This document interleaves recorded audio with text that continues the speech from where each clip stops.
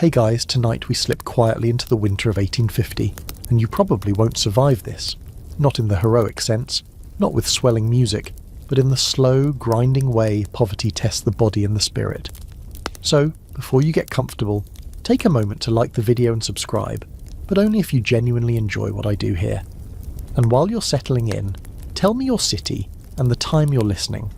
Somewhere in Victorian London, church bells are already answering that question for you, tolling through fog so thick it feels textured, almost chewable.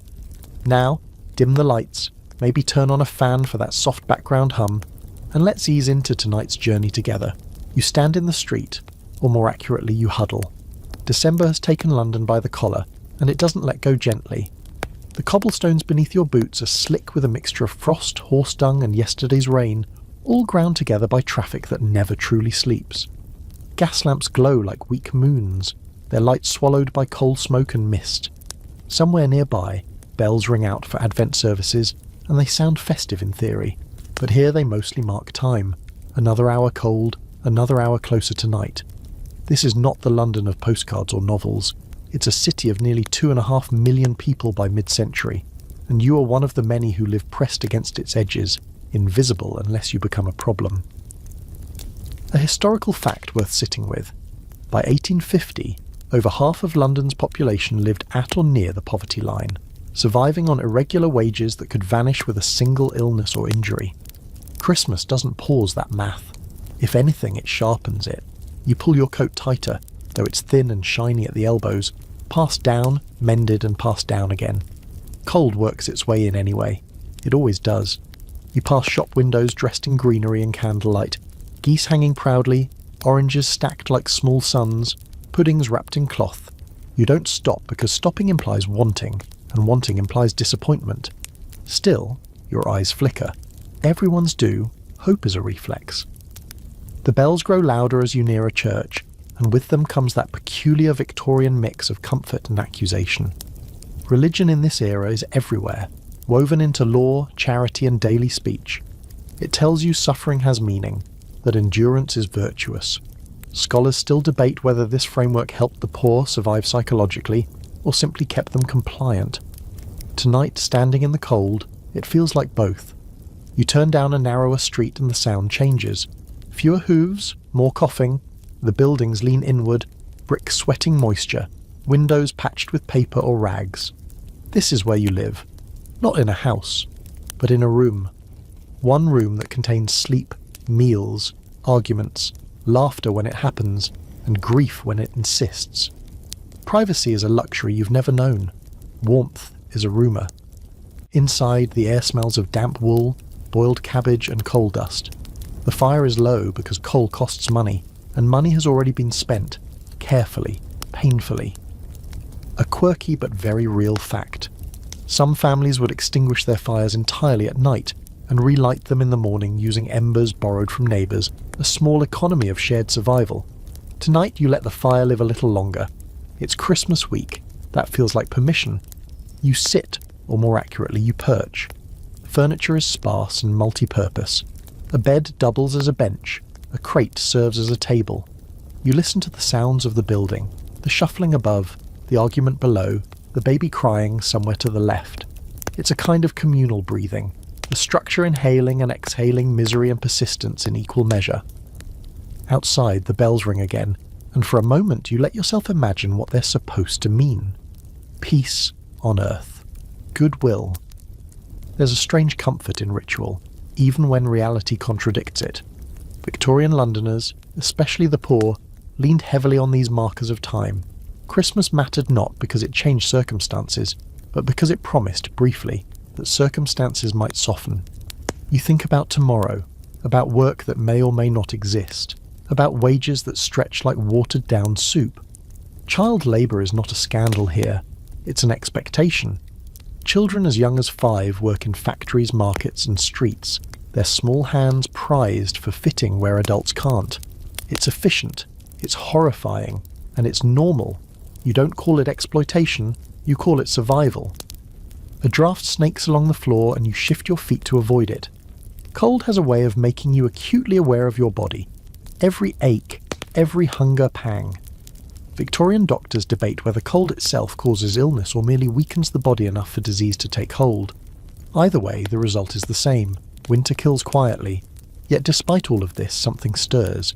You feel it in the way people speak a little softer this week, in how a neighbour saved a scrap of ribbon, in how even the bells sound slightly warmer tonight.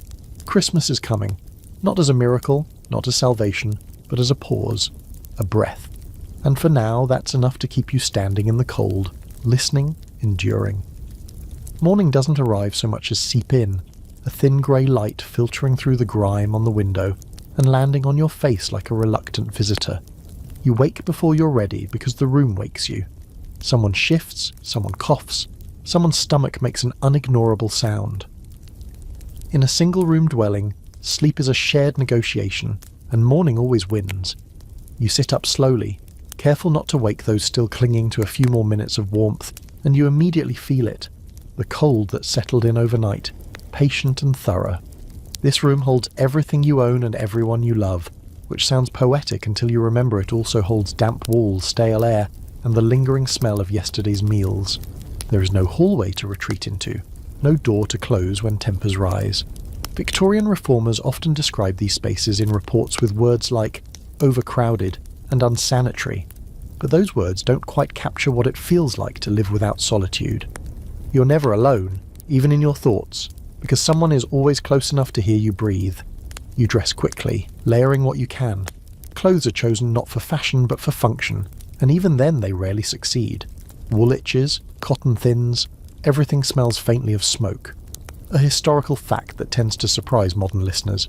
It was common for entire families to own only one or two complete changes of clothing, washing them at night and wearing them damp the next morning. Cleanliness was valued, but practicality often overruled comfort. As you move about, you perform the small rituals that keep the room livable. You fold bedding, stack it against the wall. You check the fire, coaxing the last embers into a weak flame. Coal dust blackens your fingers instantly. You don't bother wiping it off. Everyone's hands look like this. It's almost a uniform. Someone stirs fully now, and with that comes conversation. Quiet, efficient, stripped of unnecessary words. What needs doing today? Who might find work? Who will mind the youngest? Decisions are made quickly because lingering over them doesn't change the outcome. There's an unspoken understanding that today is not special yet. Christmas is close, but it hasn't arrived, and survival doesn't take holidays. You step outside again, and the contrast is immediate. The room may be cramped, but the street is unforgiving. Wind cuts between buildings, carrying the smell of the Thames, muddy, industrial, faintly rotten. London's river is both lifeline and threat, providing work and transport while quietly spreading disease. Cholera outbreaks are still a living memory in 1850, and scholars continue to debate how much the poor understood about contagion, versus how much they attributed illness to morality, miasma, or sheer bad luck. You make your way through familiar routes, passing faces you recognise but rarely greet. There's a strange etiquette among the poor. Too much friendliness invites obligation, and obligation is something no one can afford. Still, there's awareness. If someone hasn't been seen for days, people notice. If a child looks thinner than last week, people remember. Community exists here, but it's fragile, stretched thin by need. Work, when it comes, is unpredictable. You might carry goods, scrub floors, sell scraps, or wait endlessly for nothing at all. Employment is casual, temporary, and often degrading by design. Employers hold power not just over wages, but over dignity. A quirky but true detail. Some labourers were paid partly in beer, a practice justified as morale-boosting but criticised even then for keeping workers dependent and unhealthy. You don't get beer today. You get waiting. As the hours pass, hunger sharpens. You're used to it, but Christmas week makes it worse somehow. The city seems louder with preparation, carts rattling with food, shopkeepers calling out prices, children darting about with a nervous kind of excitement. You overhear conversations about puddings and roasts, about relatives visiting, about traditions. These words float past you like smoke, visible but untouchable. Eventually you return to the room, not because the day is done, but because there's nowhere else to go. Inside, the air feels heavier now, warmed slightly by bodies and the stubborn little fire. Someone has managed to acquire a bit of bread. It's divided carefully, almost ceremonially. No one takes more than their share. because fairness is one of the few things you can still control. You eat slowly, making it last. Food tastes different when it's scarce. Every texture amplified, every crumb accounted for. There's talk of Christmas plans, but they're tentative, spoken softly as if loud hope might break. Maybe a bit of meat, if something comes through. Maybe a visit to church. Maybe nothing changes at all. There's a scholarly debate that hovers over scenes like this, though you wouldn't name it as such. Did the poor of Victorian London find joy in Christmas? Or was it largely a middle-class invention projected downward? Diaries and oral histories suggest both. Some remember warmth, song, and togetherness. Others recall only the stress of heightened expectations. Sitting here, you feel both possibilities existing at once. As evening approaches again, the light fades early. Candles are used sparingly, shadows stretch, making the room feel even smaller. Yet there's a subtle shift in mood. Someone hums a tune, barely audible. Someone else tells a story they've told before because repetition is comforting. These are not grand gestures, they are survival techniques. You settle back, listening to the building breathe around you once more. Tomorrow will be much like today, and the day after that. Christmas is coming, yes, but it will arrive inside this room, shaped by it, limited by it. You don't expect miracles, you expect endurance, and as you lie back down, wrapped in thin blankets and shared warmth, you realise that endurance, here, is its own quiet form of wealth. You wake earlier than yesterday, not because you want to, but because the city demands it. London doesn't run on alarms, it runs on opportunity, and opportunity favours the already moving. Before the sky has fully decided what colour it wants to be, you're upright, boots on, body already negotiating with fatigue. This is the rhythm of earning pennies before dawn. Arrive early, wait patiently, and hope someone with money notices you before the cold works its way too deep into your bones. Outside, the streets feel different at this hour. Quieter, yes, but also tense, like a held breath. Market stalls are half assembled, lanterns flickering as men and women unload crates with numb fingers. Horses stamp and snort, their breath visible, their handlers already shouting. You join a loose cluster of others like you, all pretending not to watch each other too closely. There's competition here, but also an unspoken agreement not to sabotage. Hunger makes enemies easily. Winter makes alliances necessary. You wait where work sometimes appears, near warehouses, near docks, near anywhere goods change hands. Day labour in Victorian London is a gamble. No contracts, no guarantees, no recourse if you're cheated. A historical fact that often surprises people. There were no minimum wages, no labour protections, and no expectation of consistent employment. Being willing wasn't enough. You had to be visible, strong enough, and lucky. Luck arrives in the form of a man with a clipboard and a scowl. He needs hands, briefly. You step forward with the others, posture straight, eyes alert. Being eager can look desperate. Being calm can look lazy. You aim for the narrow space between. You're chosen. Relief flickers through you, quickly replaced by calculation. How long will this last? What will it pay? Will it be enough to justify the energy it takes to do it? The work is simple and brutal. Lifting, hauling, stacking. Your muscles complain immediately, unused to consistency. Cold makes everything harder. Fingers lose precision, breath comes sharp. You don't stop. Stopping is how you get replaced. Around you, others work in silence, punctuated only by the occasional curse or barked instruction. There's no small talk. Words cost energy. As you work, your mind drifts. Not because you're careless, but because monotony invites it. You think about the room you left behind, about who's warm and who isn't. You think about Christmas inching closer, about the promise of it clashing with the reality of this moment. Victorian moralists often praised hard work as inherently uplifting, but standing here, spine aching, you can't help questioning that narrative. Scholars still argue whether the work ethic preached to the poor was meant to empower or simply to justify inequality. From where you stand, it mostly just hurts. Midway through the morning, there's a pause, not a break. Just a lull while instructions change. Someone produces a bit of bread from a pocket, gnaws at it quickly. You don't have any. That's fine. Hunger has become a familiar companion, like background noise you only notice when it stops. A quirky detail from the period. Some labourers deliberately worked on empty stomachs, believing, sometimes rightly, that it dulled hunger over time. You're not sure if that's science or superstition, but it feels true enough. The job ends as abruptly as it began. Coins are distributed, counted twice in your palm before being hidden deep in your coat. It's not much. It never is. Still, it's something tangible, something earned today. That matters more than you'd like to admit. There's dignity in earning, even when the system is designed to strip it away. You move on, scanning for more work, but the city has already decided how generous it will be. By midday, opportunity's thin. You walk, partly to stay warm, partly to stay hopeful. The streets are busier now, filled with shoppers and errand runners. Christmas decorations appear more frequently. Holly, ribbons, painted signs promising cheer. They feel almost mocking, but not entirely. There's comfort in knowing joy exists somewhere, even if it's not for you today. You pass a group of children selling matches, their voices hoarse from calling out. Child labour again, unavoidable, woven into every corner of the city. Reformers debate its morality fiercely in this era, but debates don't feed families. You don't judge them, you recognise them. In another life, another twist of fate, that could be you or someone you love. By afternoon the cold intensifies, dampness creeps in, settling in joints, making movement slower. You consider heading back early, conserving what little energy you have left. That calculation, spend energy to maybe earn more versus save energy to survive the night, is one you make constantly. There's no right answer, only consequences.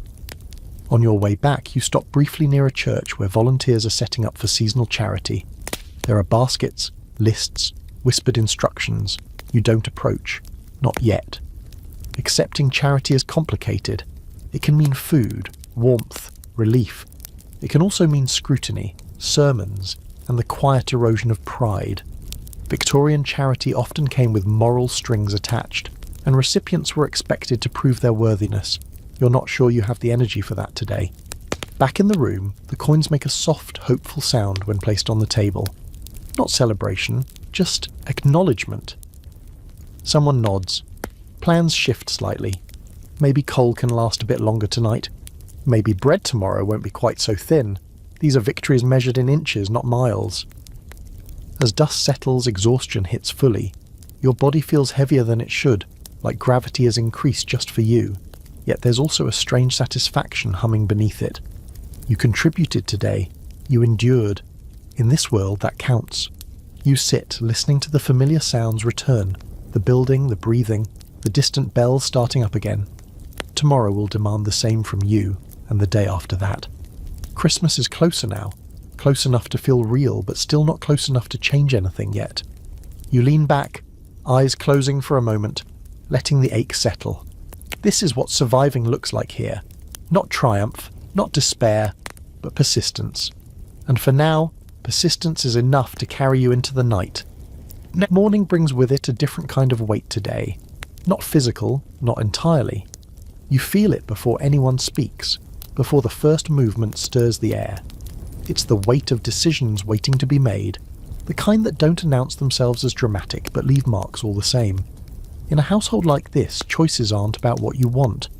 They're about what you can afford to postpone.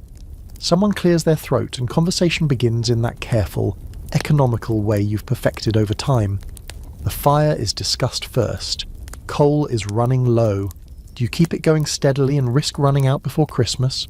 Or let it fade now and save warmth for later? Then food. Bread is counted. There's talk of thinning soup again tonight, stretching it with more water, fewer vegetables. No one complains. Complaints imply alternatives.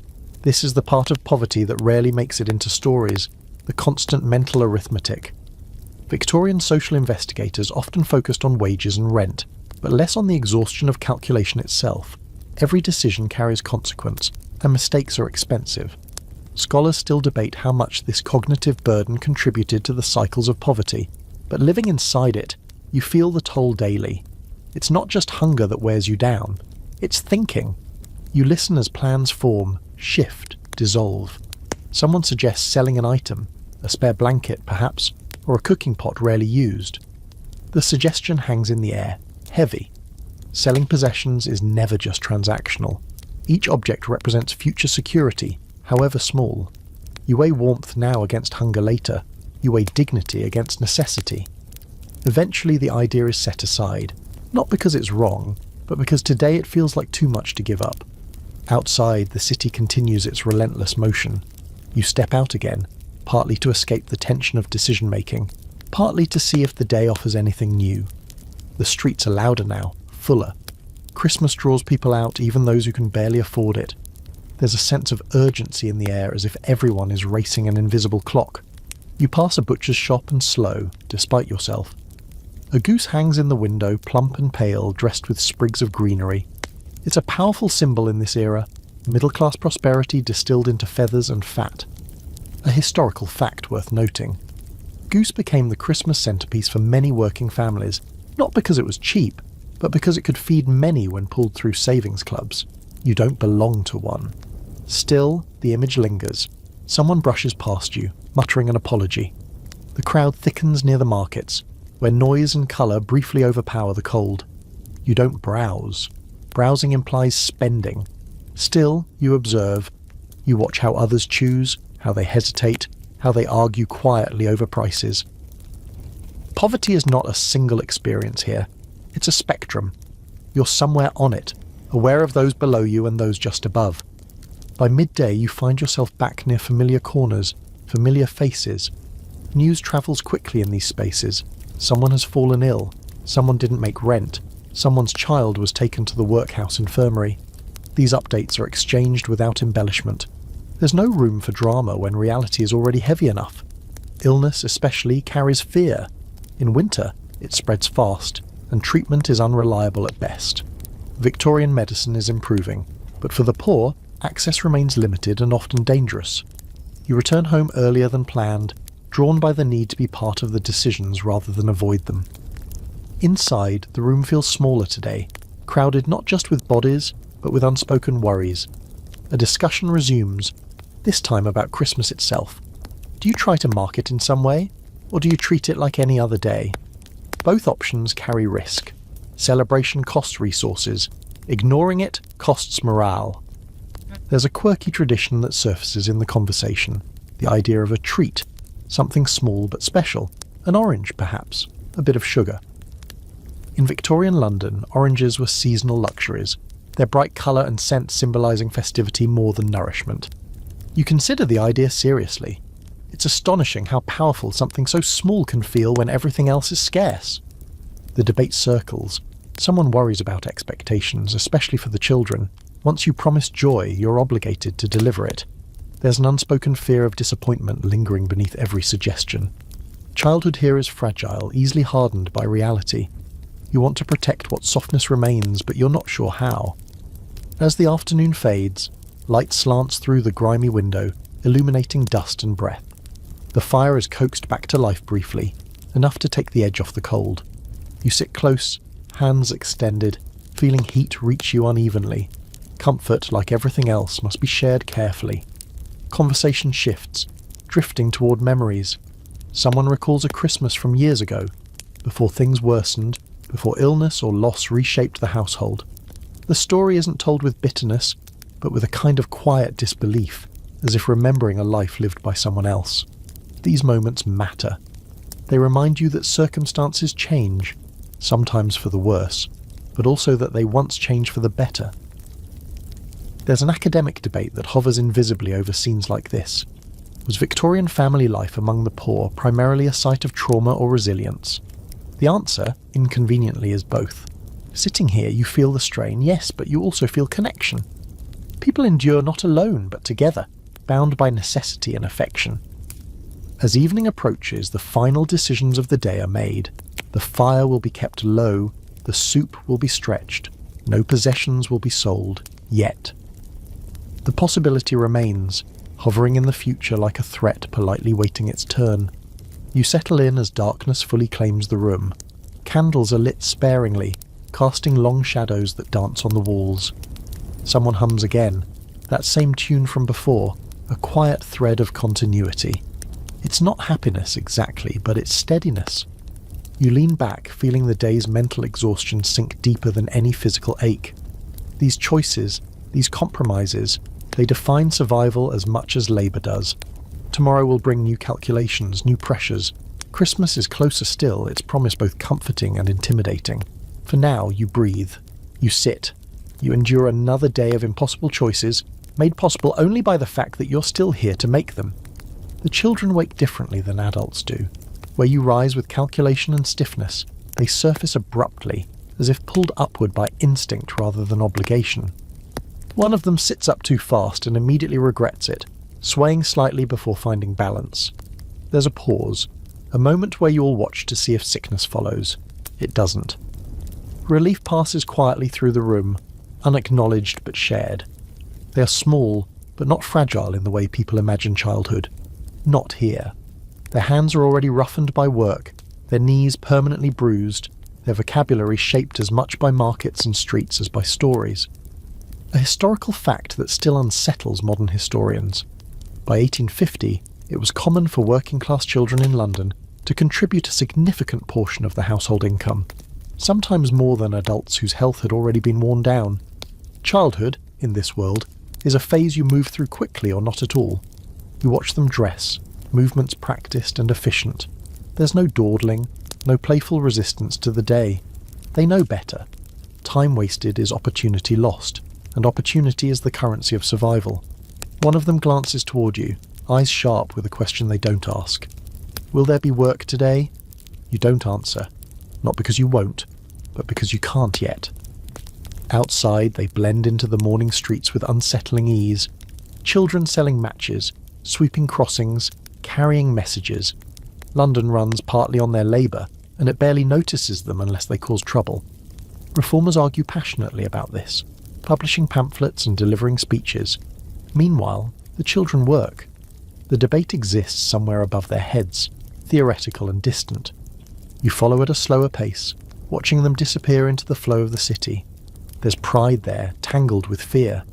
You don't want this life for them, but you also depend on it. That contradiction sits heavy, one of the many quiet moral compromises poverty demands. Scholars still argue whether early responsibility hardened children prematurely or gave them resilience. Watching them now, you suspect it does both, and neither outcome feels fair. The day unfolds unevenly. You find a bit of work. Nothing steady, nothing secure. The children return briefly, faces flushed from cold and effort, coins clutched tightly. It's not much, but they hand it over without hesitation. That gesture carries weight. It shifts the balance of the room, redistributing power in subtle ways. Authority here is fluid, shaped by who brings something in that day. By afternoon, exhaustion settles over them like an early dusk. They lean against walls, sit on steps when they think no one is watching.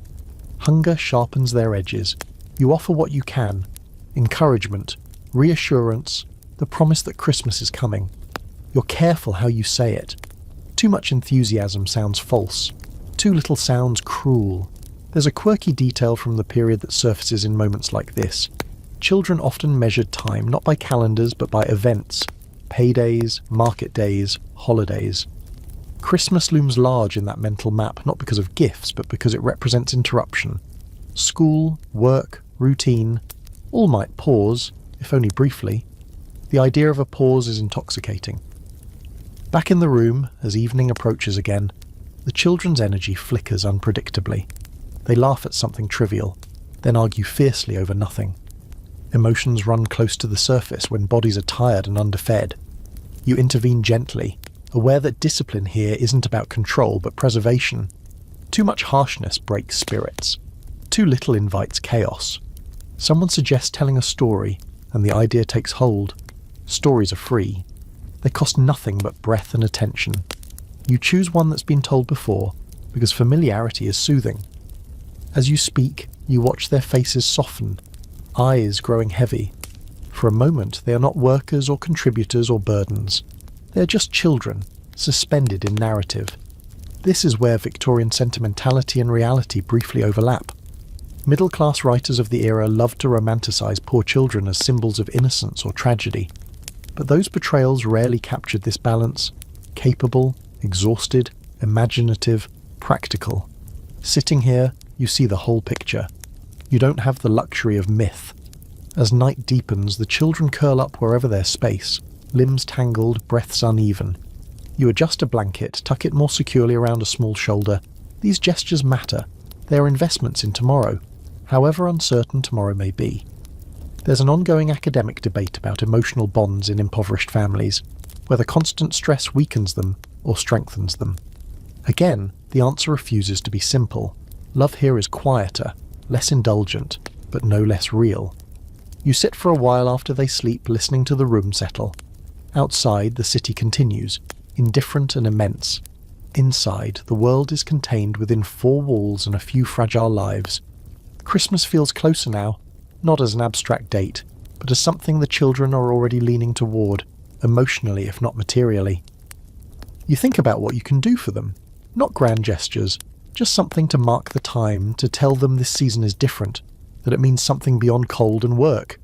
The pressure of that responsibility weighs on you more than any physical labour today.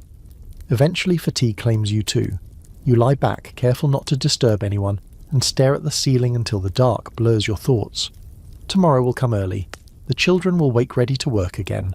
Childhood will continue to slip past them, quietly, efficiently. As sleep finally takes you, one thought lingers. You may not be able to give them ease, or abundance, or safety, but you can give them continuity, presence, a sense that even in this hard world, they are seen and needed. In Victorian London, that may be the closest thing to a gift that truly lasts. The cough starts as a background sound, easy to ignore because it's always been there in some form. In this city, coughing is practically a dialect. Coal smoke coats lungs, damp chills bones, and everyone hacks a little, especially in winter.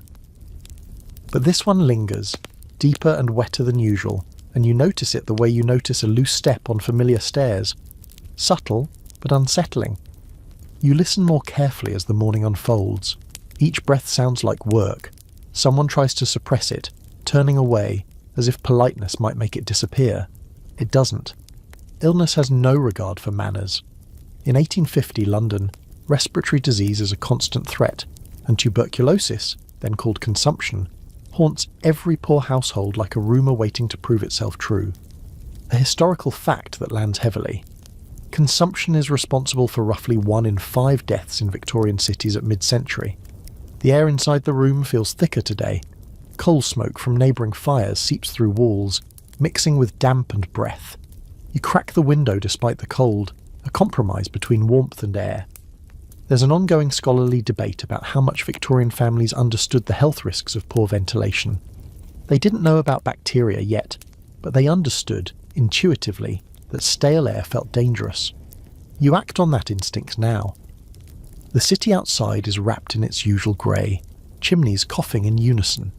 You step out briefly to fetch water, the cold biting sharper than yesterday. As you walk, you hear it everywhere. Coughs echoing in alleys, on stairwells, in passing carts. This is what industrial progress sounds like at ground level. Factories mean jobs, yes, but they also mean lungs slowly turning against their owners. Back inside, the cough worsens. You exchange glances with the others. No one says the word doctor. Doctors cost money, and for the poor, their treatments are often as dangerous as the disease. Bleeding, purging, tonics heavy with alcohol or worse. There's a fringe belief, surprisingly common, that illness can be sweated out by keeping the patient hot and wrapped tight. You consider this, weighing it against the risk of overheating already strained lungs. Christmas makes everything more complicated.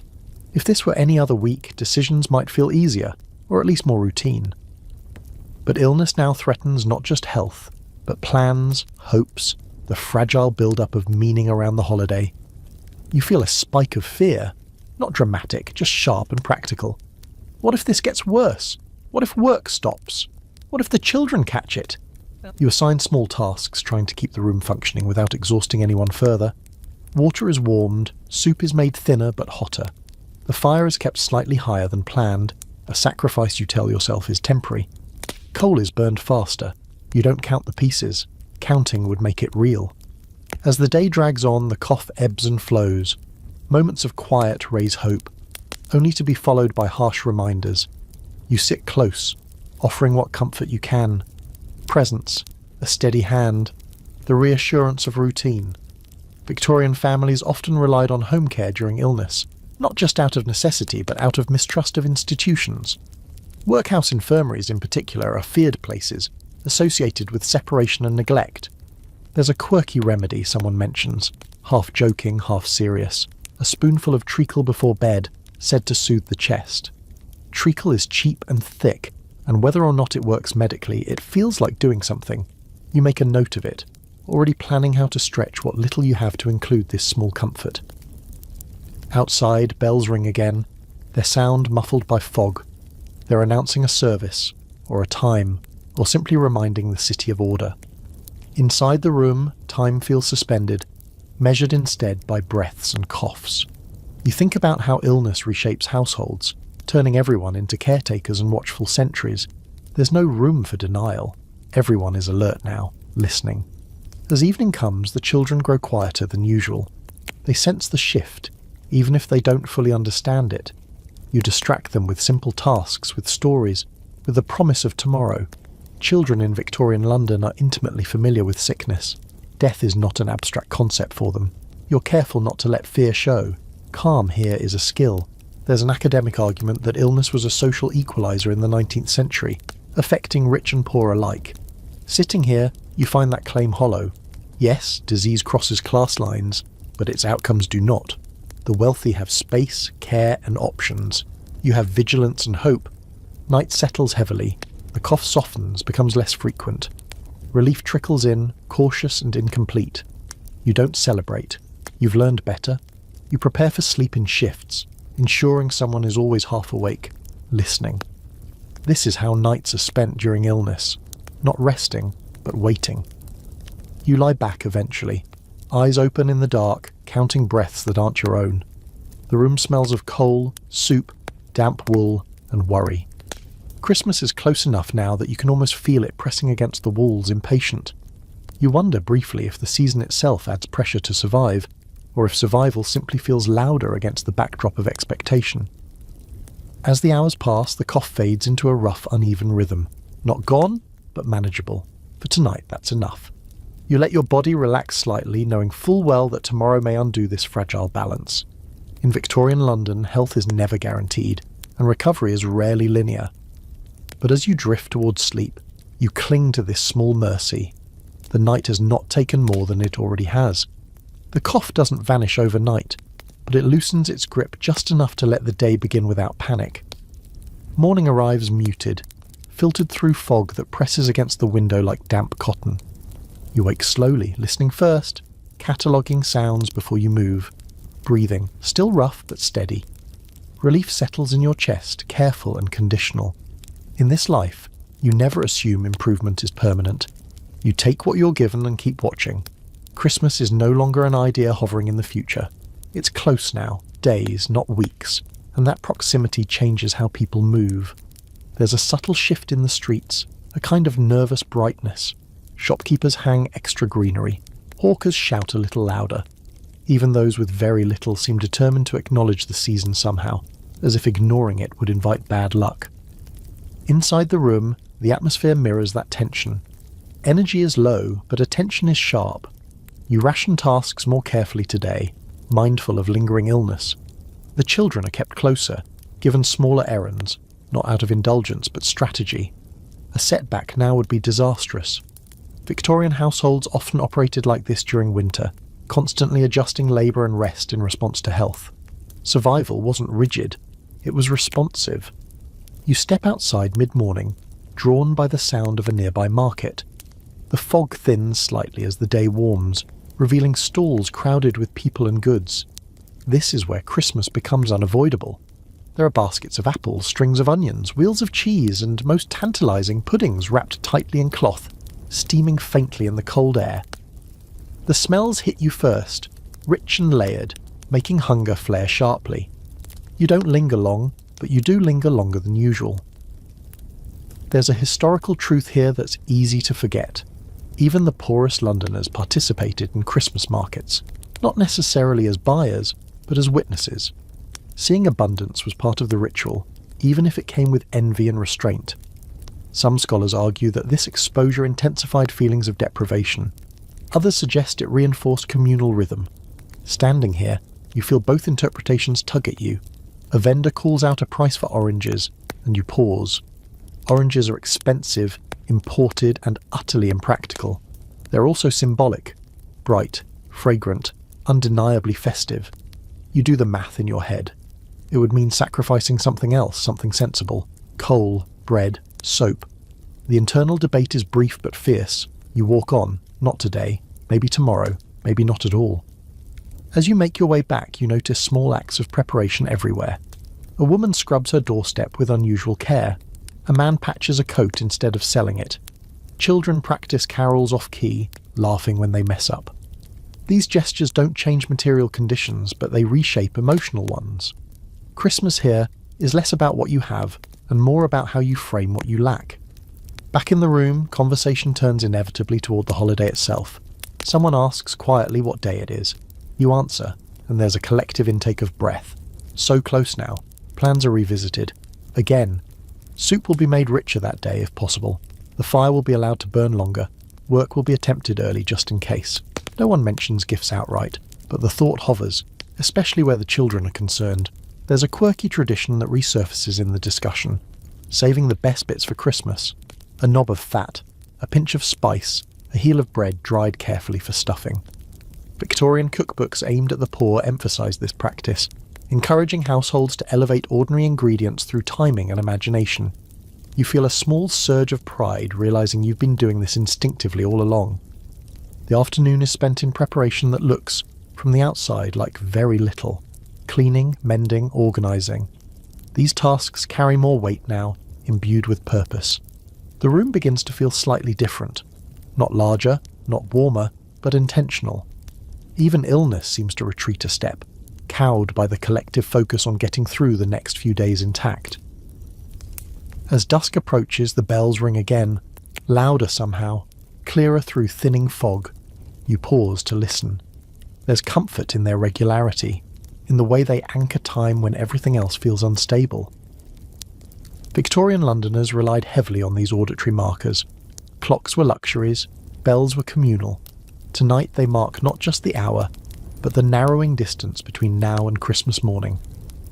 The children grow restless as darkness falls, energy bubbling up unexpectedly.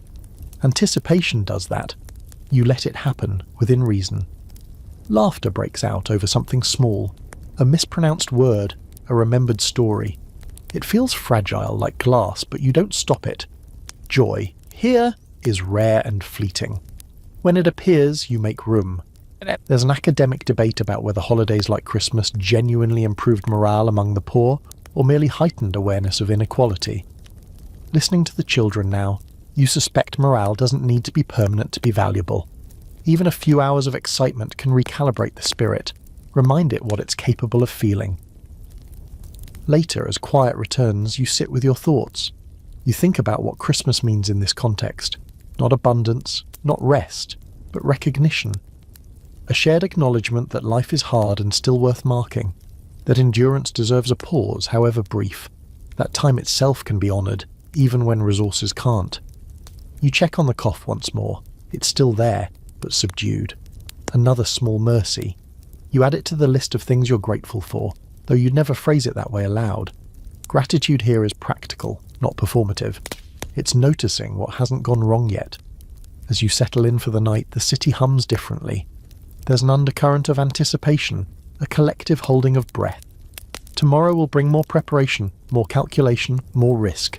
But tonight, there's a sense of forward motion. Not progress exactly, but approach. Christmas is coming.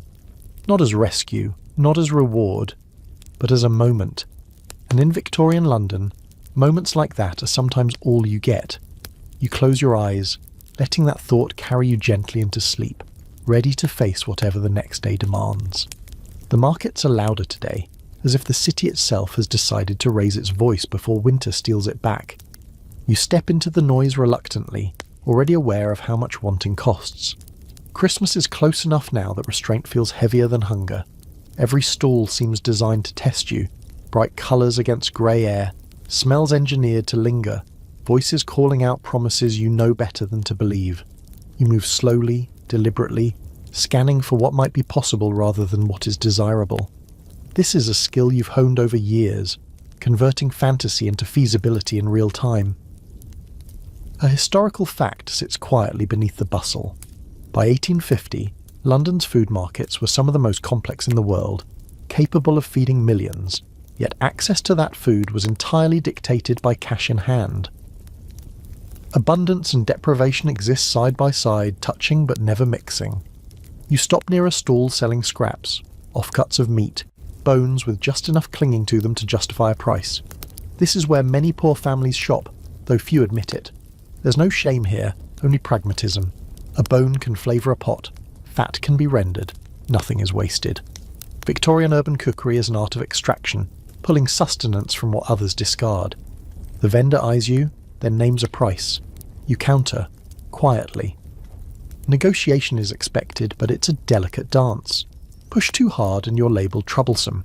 Accept too quickly and you lose leverage. You meet in the middle. Coins change hands. The transaction is small, but it feels momentous. This will be the centrepiece of your Christmas meal, modest though it is. As you move on, you pass children staring at toys displayed outside a shop. Wooden horses, dolls with painted faces, tin soldiers arranged in neat ranks. These are not meant for them. They know that. Still, they look. A quirky detail from the era. Many toy shops displayed items more for spectacle than sale, understanding that desire itself drew crowds. You feel a familiar ache watching the children's faces, carefully blank, betraying only the smallest flicker of longing. You consider buying something small, a ribbon, a carved trinket, but the thought of explaining the missing money later stops you. Gifts here must justify themselves twice, emotionally and financially. You keep walking, repeating the numbers in your head like a mantra. Coal, bread, rent, everything else is secondary. On your way back, you pass a charity table set up near a church. Volunteers stand behind it, clean and earnest, handing out pamphlets and the occasional parcel. You slow, torn. Accepting charity now could ease tomorrow. It could also bring scrutiny, questions, perhaps a sermon you don't have the patience for. Victorian charity is rarely anonymous. It often comes with an expectation of gratitude and moral improvement. Scholars still debate whether these practices helped alleviate poverty or reinforce social hierarchies. Right now, you just feel tired. You don't stop. Not yet. Pride isn't the right word. It's timing. You want to see what you can manage on your own first. That impulse, self-reliance even in desperation, is deeply ingrained, praised by society and punished by reality in equal measure. Back in the room, the bone is received with quiet approval. It's cleaned carefully, wrapped, set aside like something precious. Planning begins immediately. How to cook it, how to stretch it, how to make it feel like more than it is. Someone suggests adding dried herbs saved from summer. Someone else remembers a neighbour who might have an onion to spare. Community networks activate subtly, favours weighed and traded without formal acknowledgement. The children hover nearby, curious but cautious. They sense the importance of what you've brought back, even if they don't fully understand it. You don't announce it as a Christmas thing. You let them discover that slowly. Anticipation is part of the gift. The afternoon is spent in small preparations, cleaning the pot, mending clothes so they'll look better on the day itself. These acts carry symbolic weight now, transforming the ordinary into something almost ceremonial. There's an open academic question about how ritual functions under conditions of scarcity, whether it provides genuine psychological relief or merely masks stress. Sitting here, hands busy, you find relief in the doing. That's enough. As evening falls, the room smells faintly of soap and coal and something else. Hope, maybe, or at least intention. The cough is checked again, still present but manageable. You factor that into your plans. Everything has a contingency now. Outside, the city grows brighter with candlelight. Windows glow. Carols drift unevenly through the air, some voices strong, others barely audible. Music doesn't erase inequality, but it does level something, if only the soundscape. For a moment, everyone hears the same notes. You sit back, exhausted but focused. Tomorrow will bring more decisions, more temptations, more tests. But today you secured something tangible for Christmas. Not abundance, not security, but enough to mark the day, to say this time is different. In Victorian London, that distinction matters. You can't stop the machinery of poverty. but you can occasionally wedge something human into its gears. You breathe out slowly, feeling the weight of the coins you no longer have and the heavier weight of responsibility you still carry. The market noise fades from memory as night settles in. The bone rests quietly, waiting. Christmas is almost here, and with it, the fragile promise that for one day, survival might include something like celebration. Charity doesn't arrive with trumpets. It arrives awkwardly, clearing its throat, pretending not to notice how much it's needed. You encounter it again the next morning, this time closer, harder to avoid. A neighbour mentions the church is distributing Christmas parcels today. Bread, maybe a bit of meat, a candle if supplies last. The information is delivered casually, but the implication lands heavy. This is the window. Miss it, and there may not be another. You weigh the decision longer than you should. Pride is part of it, yes, but so is experience. Charity in Victorian London often comes wrapped in assessment. Are you sober? Are you industrious? Are you grateful enough? The poor are expected to perform deservingness, to prove their suffering aligns with acceptable narratives. Scholars continue to debate whether these systems offered relief or reinforced moral surveillance. Standing here, you feel both possibilities pressing in. Eventually, practicality wins. Christmas is tomorrow. You can't eat principles. You pull on your coat and step back into the street, the city already alive with movement. Others are heading the same direction, drawn by the same rumour, faces set with similar expressions. Determination edged with discomfort. No one speaks much. There's a shared understanding that this is not a social outing. The church hall is colder than you expect. Stone walls hold winter like a grudge. Volunteers move briskly, efficient but distant, their smiles practiced. You join the line, hands clasped to keep them from shaking. Not from cold, but from the strange vulnerability of asking without words. This is the moment where dignity feels most fragile. A historical fact sits uncomfortably here. Many Victorian charities required attendance at religious services in exchange for aid, blurring the line between assistance and obligation. Today, you're spared that, though a brief prayer is offered before distribution begins. You bow your head, not in protest or devotion, but in concentration. Get through this. Don't draw attention. When your turn comes, questions are minimal. Name, address, number of children. The answers reduce your life to a list, manageable and impersonal. A parcel is placed in your hands, heavier than you expected. You thank them, because that's the script, and step aside quickly, heart pounding. Relief rushes in, followed immediately by something harder to name. Gratitude. Yes.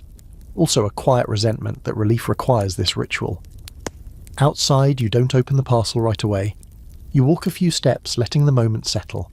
Others do the same, glancing around before peeking inside, as if the contents might judge them. When you finally look, you find bread, a small cut of meat, and, unexpectedly, a candle. The candle catches you off guard. Light is a luxury. Light is time extended. Back in the room, the reaction is mixed but unmistakably positive. Supplies are laid out, assessed, incorporated into plans already forming. The bone from the market and the meat from the parcel are compared, combined mentally into something approaching a feast. There's no celebration yet, but the mood shifts perceptibly. The margins have widened, just enough to breathe. The children are curious, asking questions you half answer. You don't want to emphasize where the food came from, only that it's here. There's an ongoing debate among historians about whether charity undermines self-worth among recipients. Watching the children now, you're less concerned with theory than with outcome. Tomorrow will be better fed than it might have been. That's what matters. As afternoon fades, you prepare what you can in advance. Bread is set aside carefully. Meat is wrapped, guarded like treasure.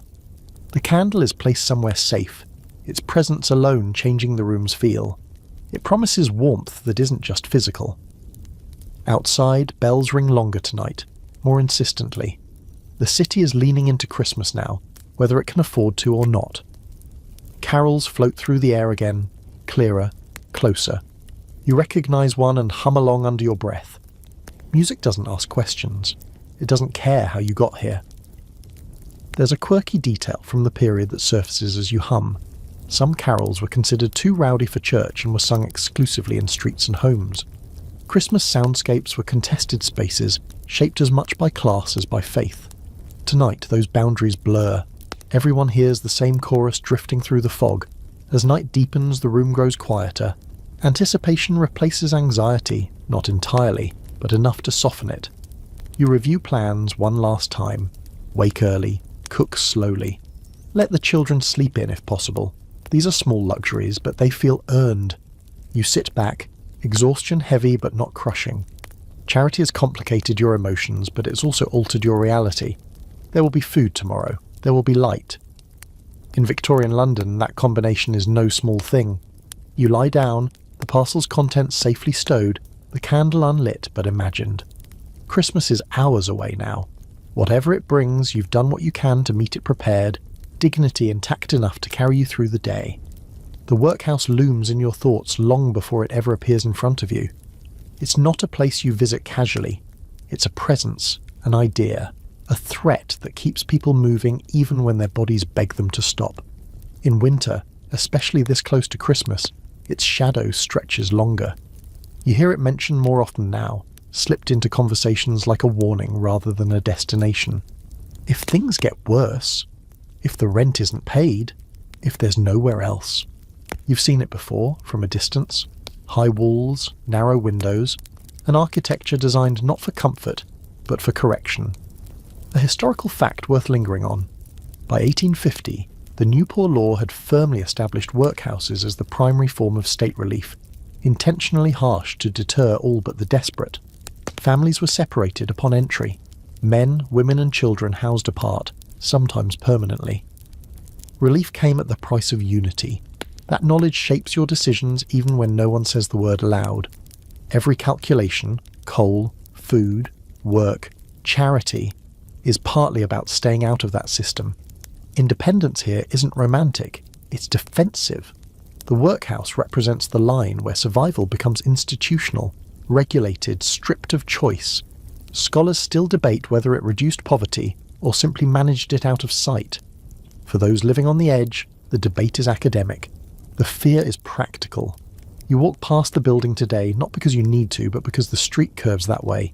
You don't slow, you don't look directly at it. Still, you feel it. The quiet, disciplined stillness behind the walls. No shouting, no music. Even the air feels restrained. The contrast with the rest of the city preparing for Christmas is stark, almost obscene. Inside your room later, the workhouse enters conversation obliquely. Someone mentions a family down the street who went in last week. Father injured, rent unpaid, children separated. The story is told without embellishment, but the implications ripple outward. It's a reminder of how thin the margin really is. One injury, one illness, one missed payment. The children listen, pretending not to. You watch their faces carefully. You don't want fear to take root there, but you also won't lie. Victorian children learned early what institutions existed to catch them if they fell, and how painful that catching could be. There's an open, scholarly debate about whether this awareness fostered resilience or anxiety. You suspect it fostered both, unevenly distributed across young shoulders. Christmas Eve approaches now, and with it, a strange intensification of everything. The city feels fuller, louder, brighter. Even the poorest streets seem to glow faintly with borrowed light. Candles in windows, scraps of greenery nailed to doors. These gestures don't erase hardship, but they push back against it, if only symbolically. Against the workhouse especially, they feel like acts of quiet rebellion. You make final preparations with renewed focus. The food is checked again. The candle is guarded like a promise. The fire is planned carefully, when to stoke it, when to let it fade. These decisions carry extra weight now, sharpened by the knowledge of what failure looks like. You're not just planning a meal, you're defending a way of life, however precarious. Outside, bells ring for evening service. You don't attend. Many don't. Churches are full tonight, but faith takes many forms here. For some, it's prayer. For others, it's persistence. You sit instead, listening to the sound drift through the walls, grounding yourself in the familiar rhythm. There's a quirky but telling detail from the era that crosses your mind. Workhouses often served better food on Christmas Day, a gesture meant to demonstrate benevolence. The irony is sharp. Generosity offered only after freedom is surrendered. You think about that as you stir the pot slowly, deliberately, savouring the autonomy of the act. As night settles fully, the city outside hums with anticipation. Somewhere, laughter spills from a pub. Somewhere else, a family like yours counts candles and coins. The workhouse stands silent through it all, unmoved, uncelebrating. It doesn't care what day it is. Inside, you gather everyone close for the night. There's no speech, no formal acknowledgement of what tomorrow means. You don't need one. The awareness is shared, woven into glances and gestures. Staying together, staying here, is the unspoken goal. You lie down with the image of the workhouse fading slightly, pushed back by the immediate tangible reality of the room around you. You've avoided it another day. That counts. In Victorian London, avoiding the worst can feel like winning. Christmas Eve gives way to sleep and with it a fragile sense of safety. Tomorrow will test it, but tonight you rest knowing you are still outside those walls, still making choices however constrained. For now, that is enough to carry you into the longest night of the year. Christmas Eve night bleeds quietly into Christmas morning, marked less by celebration than by interruption. You wake before dawn, not to bells or excitement, but to habit. The body doesn't know it's a holiday. It knows cold, hunger, and routine. Still, there's a difference in the air. Subtle but undeniable, like the pause before a familiar song begins. For a moment you lie still, listening. The room breathes around you. Sleeping bodies, the faint crackle of dying embers, the distant rumble of the city shifting in its sleep. Then the bells begin. Softer at first, then clearer, rolling through fog and brick, announcing Christmas with calm authority. Religion, in Victorian London, has excellent timing. It knows when to speak. Church bells don't just mark hours here, they assert order. They remind you that meaning exists, that time is structured, that suffering fits somewhere into a larger design. This is both comfort and control, depending on where you're standing. Scholars still debate whether faith offered genuine psychological refuge to the poor, or served primarily as a framework that normalized endurance. Listening now, you feel both interpretations resonate. Someone stirs, eyes open. There's a shared glance. Today is different. Not easier, not magically transformed, but distinct. You rise quietly and tend to the fire, coaxing it back to life with care. Coal is precious, but this is the day you planned for. You allow yourself that small indulgence. Warmth spreads unevenly, touching hands, faces, hope. The children wake next, slower than usual, blinking as if the light itself has changed. You don't rush them. That's the gift this morning. Time. A historical fact that often gets lost in sentimentality. Many working families did try to reduce or eliminate labour on Christmas Day, even when it meant financial loss. Rest, however brief, carried cultural weight. You prepare the meal gradually, savouring the process. The bone simmers, releasing its promise into the pot. The added meat feels almost extravagant now, the result of careful planning and reluctant charity. Bread is sliced thicker than usual. The room fills with smell, real smell, not imagined, and that alone alters everyone's posture. Backs straighten, faces soften. Before eating there's a pause. Not a formal prayer, but something adjacent. Someone murmurs thanks, to God perhaps, or simply to circumstance. Faith here is practical. It adapts. You don't analyse it too closely. You just accept the quiet moment as part of the ritual, as necessary as the fire. Religion on Christmas in Victorian London is unavoidable, even for those who rarely attend church. Sermons echo through open doors, hymns drift down streets, posters proclaim redemption and mercy. For the poor, these messages are double-edged. They promise hope, yes, but also patience, obedience, acceptance.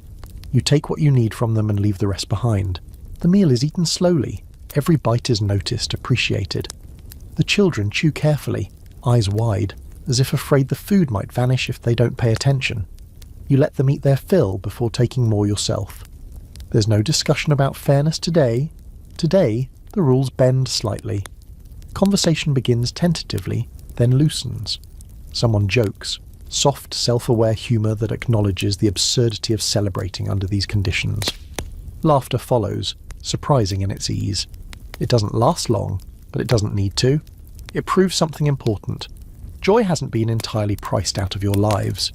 There's a quirky belief circulating in this era that what you do on Christmas Day sets the tone for the year ahead.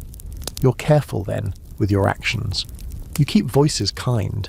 You avoid arguments. You tell the children stories instead of instructions. Superstition or not, the idea carries power. Intention matters. Later you light the candle. It burns steadily, casting a warm, golden glow that transforms the room. Shadows soften, edges blur. Light has a way of doing that, of making things feel more forgiving. For a while, the outside world recedes. The workhouse, the debts, the cold, all held at bay by a single flame. You consider attending church briefly. Many do, dressed in their best, even if their best is threadbare. Church on Christmas is as much about visibility as faith, being seen, being counted, being part of something larger. But the thought of the cold pews, the long service, the moral undertones gives you pause. You decide against it. Faith doesn't require an audience. There's an ongoing academic debate about whether organised religion empowered working-class communities or reinforced social hierarchies by promoting submission. Sitting here, candlelight flickering, you feel less interested in conclusions than in outcomes. Right now, religion has given you a shared language for gratitude and restraint. That's enough. The afternoon passes quietly. The children play with nothing in particular, inventing games out of gestures and words. You watch them, thinking about how Christmas stories often focus on gifts, when what lingers longer are these stretches of unclaimed time, time without demand, time without threat. Outside, bells ring again, marking the day's slow progression. You don't rush to respond. Today, you let time move around you instead of dragging you with it. That, too, feels radical. As dusk approaches, the candle burns low. You don't replace it. Letting it end feels appropriate, like closing a chapter gently. The fire is allowed to fade as well, returning the room gradually to its familiar chill. Tomorrow will bring routine back with it. You don't fight that knowledge, you just don't invite it early. Before sleep, there's another quiet moment. Someone mentions the year ahead, cautiously. No grand resolutions, just hopes phrased as possibilities. Steady work, fewer illnesses, maybe a little extra saved. These are humble wishes, grounded in reality. That doesn't make them small. You lie down, Christmas Day nearly spent, feeling fuller than you have in weeks. Not just from food, though that helps, from connection. From having marked the day on your own terms, however constrained they were. Religion offered structure. Community offered warmth. You offered effort. Together they shaped a Christmas that didn't erase hardship, but acknowledged humanity within it. As sleep takes you, the bells fade into memory. Tomorrow, the city will resume its demands. But tonight, you rest with the knowledge that you endured the day, found meaning where you could, and remained yourself in a world that constantly asks you to be less. Christmas morning gives way to afternoon almost without ceremony, the way all good things seem to, quietly, without asking permission. The meal has been eaten, the candle burned down to a stub, and what remains now is an unfamiliar sensation, aftermath. Not emptiness exactly, but a gentle letdown, like the tide pulling back after briefly reaching higher ground. You notice it first in the children. Their excitement fades unevenly, replaced by a restless uncertainty. They don't complain, they don't ask for more, they simply hover, waiting to see what comes next. Christmas has happened. Now what? For families like yours, this moment can be harder than the anticipation. The pause afterward exposes how temporary the softness was. You redirect them gently, suggesting games, stories, small tasks. Structure returns, not as a burden, but as reassurance. Routine is a comfort here, a known quantity. Victorian social observers often misunderstood this, assuming monotony crushed the spirit. In reality, predictability is often what keeps it intact. Today, you lean back into it deliberately. Outside, the city feels altered, quieter, but not peaceful. Christmas afternoon in London carries a strange stillness, broken by pockets of noise, laughter spilling from public houses, footsteps echoing on emptier streets, the occasional shout. Many businesses are closed, many people are indoors. The machinery of survival idles briefly, its gears cooling before tomorrow restarts everything. You step outside for air, coat pulled tight.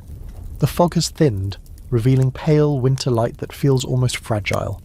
You pass others doing the same. Short walks, quick glances, nods exchanged without conversation. There's an unspoken recognition among you. You all made it through the day. That counts for something. A historical fact drifts through your thoughts as you walk. Boxing Day, tomorrow, will bring its own customs. Employers giving small gifts to servants, tradesmen expecting tips, charity boxes opened. For the poor, it's often less celebratory and more transactional. The holidays, like everything else, extend obligations as much as relief. Back inside, the room cools steadily as the fire dies. You resist the urge to stoke it again. Coal must last. Christmas has had its allowance. The return to restraint is swift, almost jarring. This is one of the cruelties of scarcity, the contrast. Enjoyment is sharper, but so is its end. Someone suggests saving a bit of food for later. The idea is met with quiet approval. Even now, planning resumes. Habits snap back into place easily. You wrap what little remains and set it aside, labelling it mentally as future security. There's comfort in that act, in knowing tomorrow's hunger is at least partially addressed. The children grow sleepy earlier than usual. Rich food, warm air, emotional exertion, it all takes its toll. You help them settle, adjusting blankets, murmuring reassurances. Their faces relax quickly, bodies surrendering to rest without resistance. You envy that ease. Sleep for you is slower, weighed down by thought. As the room quiets, you reflect on the day. Not sentimentally, but practically. What worked? What didn't? How close you came to not pulling it off. There's an ongoing scholarly debate about whether holidays among the poor were sources of genuine happiness or merely brief illusions. You find the question oddly beside the point. Illusion or not, the experience was real. It left a mark. You think again of the workhouse, of how narrowly you avoided its pull this season. Christmas did not save you from it, but it gave you a buffer, emotional, communal, psychological. That matters. Survival is not only about bodies, it's about reasons to keep moving them. The city outside begins to reassert itself as evening deepens. Somewhere a cart rattles. Somewhere else, an argument breaks out. The sounds of ordinary hardship creep back in, familiar and grounding. You don't resent them. They mean continuity. Life, unpaused. There's a quirky belief you once heard, that the spirits of the dead are closest on Christmas night, lingering to observe how the living fare. You don't fully believe it, but the idea stays with you. If anyone were watching now, they'd see something unspectacular but honest. A family tired but intact. A room worn but functional. A day marked, then released. You sit quietly for a while, letting the stillness settle. This is not something you get often. Time without immediate demand. You use it to breathe deeply, to stretch sore muscles, to let your thoughts wander without urgency. These moments are rare and easily squandered. You don't squander this one. Eventually you prepare for sleep. Tomorrow will not be forgiving. Work will resume, if it can be found. Wages will again be uncertain. The children will be expected to contribute. Christmas does not suspend reality for long. You accept that without bitterness. Resentment wastes energy you can't afford. As you lie down, the room dark and quiet, you take stock one last time. Food remains, though little. Health is fragile, but holding. Shelter persists. Togetherness endures. These are not small things, even if they're often treated as baseline expectations. The bells ring faintly in the distance, marking the day's end. Not triumphantly, just steadily. They don't celebrate. They count. And in that counting, there's reassurance. Time continues. You continue with it. Christmas has passed, leaving behind no miracles, no transformations. But it has done something subtler. It reminded you that even within severe limits, you can still shape experience, still create meaning, still claim moments of warmth against the cold arithmetic of survival. Sleep comes at last, carrying you gently into the night. Tomorrow will ask for endurance again. You will give it, as you always do. But tonight, you rest knowing that for one day, you allowed yourself, and those you care for, to feel something beyond necessity. In Victorian London, that may be the quietest victory of all. The night after Christmas feels longer than the one before it, stretched thin by the return of reality. The excitement is gone now, burned away like the last of the candle. What remains is darkness familiar enough to navigate without fear, but heavy with consequence. You lie awake longer than usual, not because you're anxious, but because your body resists surrendering the warmth it briefly remembered. Outside, the city has resumed its low, constant murmur. Christmas does not quiet London for long. Carts creak in the distance, boots scuff along stone, someone coughs somewhere nearby, always the coughs. Winter has reclaimed its territory, and with it the understanding that this season is not over just because the holiday is. This is, astronomically speaking, the darkest stretch of the year. A historical fact you've heard repeated often enough to believe it. The winter solstice has only just passed, and although the days will technically begin to lengthen, the change is imperceptible. Light returns so slowly it might as well be standing still. For the poor, this matters. Less light means less work, less warmth, less margin for error. Sleep comes in pieces. You drift, wake, drift again. Each time, your thoughts pick up where they left off. Tomorrow's work, the rent, the cough, still quiet, but present. You listen for it the way sailors listen for changes in wind. This vigilance has become second nature. Even rest here is alert. Eventually morning arrives, if it can be called that. The grey light is thinner today, diluted, as if Christmas used up more than its share. You rise carefully, joints stiff, muscles reluctant. The room feels colder than it did yesterday, and you don't imagine it. Fires burned longer than usual. Coal paid the price. The children wake slower now, the holiday softness clinging to them like sleep they don't want to release. You don't scold. You let them have a few extra moments, knowing full well those moments won't come free. Time, like everything else, must be repaid. Boxing Day waits outside, practical and unsentimental. There's a quirky custom tied to this day that you're aware of even if you've never benefited from it directly. Employers giving boxes of leftover food or small gifts to servants and workers. It's where the day gets its name. For many in your position, it's more myth than reality, another tradition unevenly distributed. Still, the possibility lingers faintly. Hope has a way of surviving on improbability. You prepare what remains of the food, portioning it carefully. Yesterday's abundance has already been absorbed into memory. Today's meals look much like last week's, just slightly more secure. That security is fragile, easily undone by one bad day. You don't dwell on that. Dwelling doesn't change outcomes. Outside, the city feels sharper, as if it's compensating for yesterday's pause. Shops reopen, work resumes, expectations return fully formed. You step into it without ceremony, shoulders squared, already negotiating with the cold. There's no buffer between celebration and labour here. One ends, the other begins, seamlessly. As you move through familiar streets, you notice signs of other households making the same transition. Bits of greenery wilt on doorways, paper decorations sag, evidence of celebration already decays into clutter. There's something sobering about how quickly festivity becomes debris. It mirrors the experience itself, bright, brief, then gone. Work is scarce today. Many employers take the day off or operate at reduced capacity. You wait anyway because waiting is what you do when the alternative is giving up. Others wait with you, silent, stamping feet to keep warm.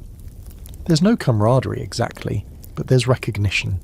You all understand what this day costs. A scholarly debate often surfaces in accounts of Victorian labour around the holidays. Whether enforced breaks like Christmas genuinely benefited workers, or simply delayed hardship. Observing the idle docks, the closed workshops, you lean toward the latter. Rest without security is not restorative. It's just postponed strain. By midday, hunger begins to press again. You eat sparingly, saving energy where you can. The body adjusts quickly, reverting to habits it knows too well. Yesterday's fullness already feels distant, like something that happened to someone else. Memory, here, is a poor substitute for sustenance. You return home earlier than you'd like, hands empty but mind already shifting into problem-solving mode. Inside, the room greets you with the familiar mix of relief and responsibility. Being home means being needed. Decisions resume immediately. What can be sold if necessary? Who might lend a bit of coal? Which neighbour owes a favour, and which you owe one to? The children sense the shift, their behaviour changing accordingly. Voices soften, movements slow. They've learned the rhythm. Celebration followed by recalibration. There's no tantrum, no complaint, just acceptance. That acceptance unsettles you more than resistance would. It's a sign of how well they've adapted. As afternoon fades into another early night, you light no candle. Darkness returns unapologetically. The fire is coaxed just enough to take the edge off. You sit close together, sharing warmth without comment. Outside, the sky deepens, indifferent to human schedules and holidays. There's an academic argument that winter intensified class divisions in Victorian cities, making poverty more visible and more dangerous. Sitting here, you don't need theory to understand that truth. Winter compresses everything: space, resources, patience. It leaves little room for error or indulgence. And yet something of Christmas lingers. Not in food or light, but in memory. The sound of laughter. The warmth of that one day. These recollections don't feed you, but they steady you. They serve as proof that conditions can shift, even briefly. That life is not a single unbroken stretch of deprivation. Night settles fully now, the longest kind. The kind without anticipation attached. You prepare for sleep knowing tomorrow will likely mirror today. That knowledge doesn't crush you, it clarifies. You adjust expectations accordingly. As you lie down, wrapped once more in routine and restraint, you acknowledge the quiet resilience required to move forward from joy back into endurance. Christmas gave you a pause. Now the year demands motion again. You close your eyes, letting the darkness claim its space. The longest night stretches on, but you're still here within it, awake, aware, enduring. In Victorian London, that persistence is not dramatic. It doesn't announce itself, but it carries you steadily into whatever light eventually returns. Morning returns without ceremony, stripped of illusion. Christmas is over now in every practical sense, and the city makes no effort to pretend otherwise. You wake to the same grey light, the same cold air pressing into the room, the same familiar inventory of needs waiting to be addressed. If there's disappointment, it's muted. You expected this. Illusions don't last long enough here to be mourned. You sit up slowly, letting your body reacquaint itself with stiffness and fatigue. Yesterday's warmth feels almost embarrassing in hindsight, like a kindness you weren't meant to keep. The fire is low, its embers dull and unconvincing. You stir them anyway, coaxing just enough heat to make movement tolerable. Coal dust smears your fingers again, returning you fully to yourself. The children wake in stages, their faces less expectant now, more composed. They understand, instinctively, that Christmas was a pause, not a pivot. There are no questions about gifts or outings. Instead, they ask what needs doing today. The shift is seamless, and that ease unsettles you more than overt disappointment would have. Adaptation is a skill they've learned too well. Breakfast is simple, bread measured carefully, water warmed just enough to feel intentional. You eat without commentary, already thinking ahead. There's a historical fact that hovers here, rarely acknowledged in festive accounts. For many working families, Christmas did not alter long-term nutritional intake at all. Any surplus was temporary, quickly absorbed by the body's deficits. What mattered was not abundance, but interruption. Outside, the streets are busy again. Boxing Day has passed, and with it any lingering tolerance for idleness. Shops reopen. Employers return to their routines. The city resets with remarkable speed, as if the holiday were a collective dream no one wants to discuss in daylight. You step into that flow, shoulders squared, eyes scanning for opportunity. Work is erratic today. Some places are still half closed, others overwhelmed by backlog. You take what you can. Short tasks, temporary help, anything that trades energy for coin. There's no resentment in this exchange. It's familiar, reliable, in its own harsh way. A quirky detail from the period surfaces as you wait. Some employers deliberately resumed work immediately after Christmas to discourage workers from lingering softness, believing hardship restored discipline. You don't know if that's true, but it sounds plausible. As the day unfolds, the cold sharpens. The brief psychological warmth of the holiday has faded, leaving winter fully exposed again. You notice it in your joints, in the way breath tightens in your chest. The cough resurfaces faintly, a reminder that illness never fully leaves. It only waits. You make a mental note to conserve energy, to avoid damp where you can. Prevention, here, is largely guesswork. By midday you've earned little, but enough to justify the effort.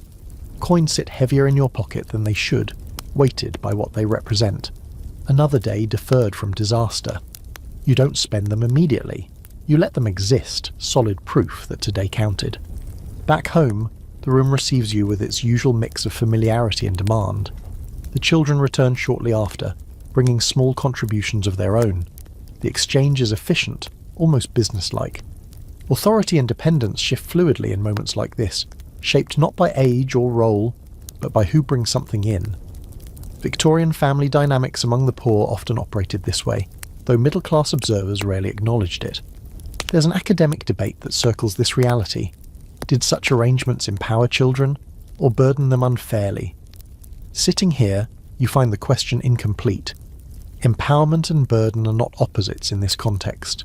They coexist, tangled together, shaped by necessity rather than ideology. Afternoon fades quickly, light retreating before you feel ready. You light no candle.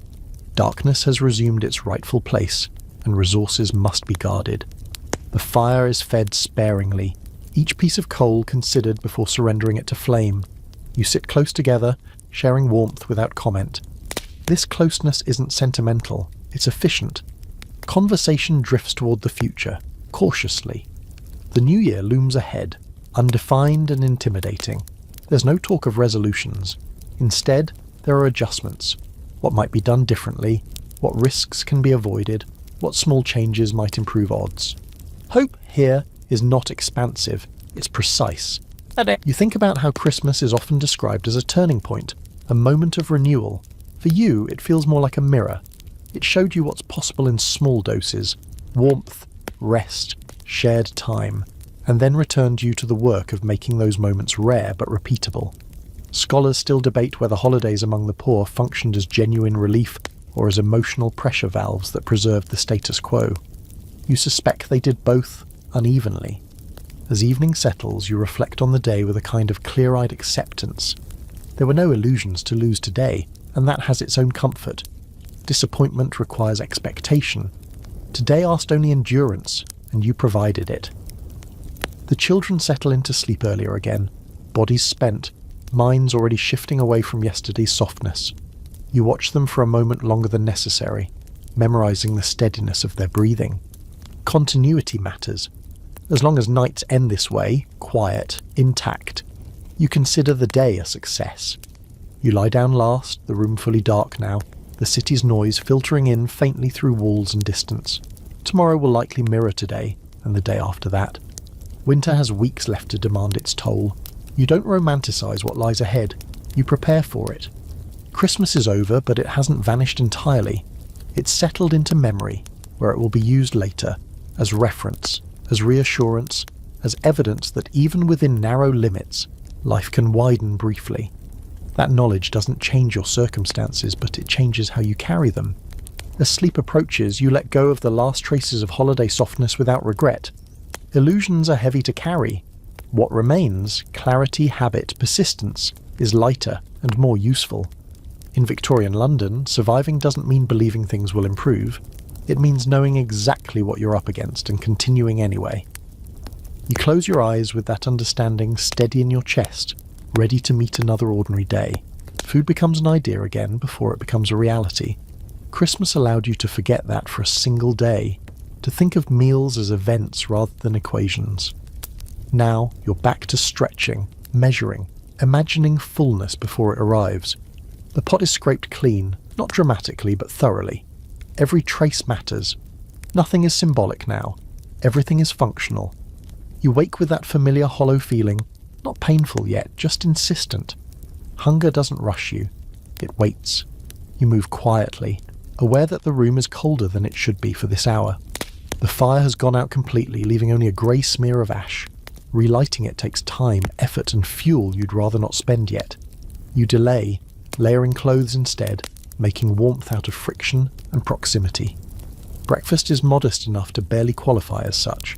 Bread again, thinner slices than yesterday. Water warmed and flavoured with the memory of tea rather than the substance itself. This is common practice. Victorian households often reused tea leaves multiple times, coaxing out whatever flavour remained. A quirky detail, but one born of necessity rather than thriftiness as a virtue. You sip slowly, letting the warmth do most of the work. The children eat without comment. That's how you know they're truly hungry. When food is scarce, talk disappears. You watch them closely, gauging energy levels, deciding who can do what today without pushing too far. Childhood here isn't protected by age, it's managed by capacity. That calculation rests with you, and it weighs heavier than any sack you've carried. Outside, the city resumes its familiar grind. Christmas feels distant already, folded into the past with unsettling speed. You step into the street and are immediately reminded of scale. How small your concerns feel against London's immensity, and how little that scale helps you. Work remains uncertain. You walk familiar routes, checking familiar places, exchanging nods with familiar faces. Everyone is back to looking for something. By mid-morning you secure a bit of labour. Nothing steady, nothing dignified, just enough to justify the calories it will cost you. The task is repetitive, physical, and unremarkable. Exactly the kind of work that defines survival here. A historical fact often overlooked. The majority of working-class labour in Victorian London was casual, piecemeal, and invisible, never recorded in ledgers or memoirs. History remembers factories and reforms. It forgets days like this. You work with focus, conserving movement where you can. Hunger sharpens attention in strange ways. It strips away distraction, leaving only the task and the body performing it. There's a perverse clarity in that, one scholars sometimes note when examining labour under scarcity. Efficiency born not of training, but of necessity. You don't romanticize it, you just use it. Payment comes quickly, unceremoniously. Coins press into your palm, colder than you expect. You close your fingers around them, feeling that familiar mix of relief and frustration. It's enough to buy food.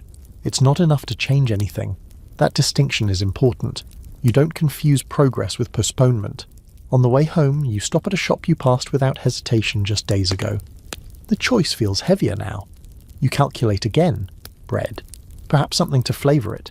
Meat is out of reach. You don't even ask. Instead, you buy what will stretch furthest, what can be transformed with heat and time into something that feels like a meal. Victorian cooking among the poor is largely about illusion, making thin things feel thick, making little feel deliberate. Back in the room, the purchase is met with quiet approval. No excitement, just acknowledgement. Plans shift accordingly. Soup will be made tonight. Not rich, not festive, but sustaining. Someone sets to work immediately, movements practiced and economical. This choreography is familiar, refined over years. No one needs instruction. The children hover nearby, watching the pot with disproportionate interest. Hunger has a way of focusing attention. You distract them with tasks, small, manageable, meant to keep them moving without draining them. Activity here is both contribution and coping mechanism. As the soup simmers, the room warms slightly. Steam fogs the air, carrying the faint smell of sustenance. It's not much, but it's something. You sit back briefly, letting the heat reach your hands. Moments like this are easy to underestimate. Warmth is not just comfort, it's medicine.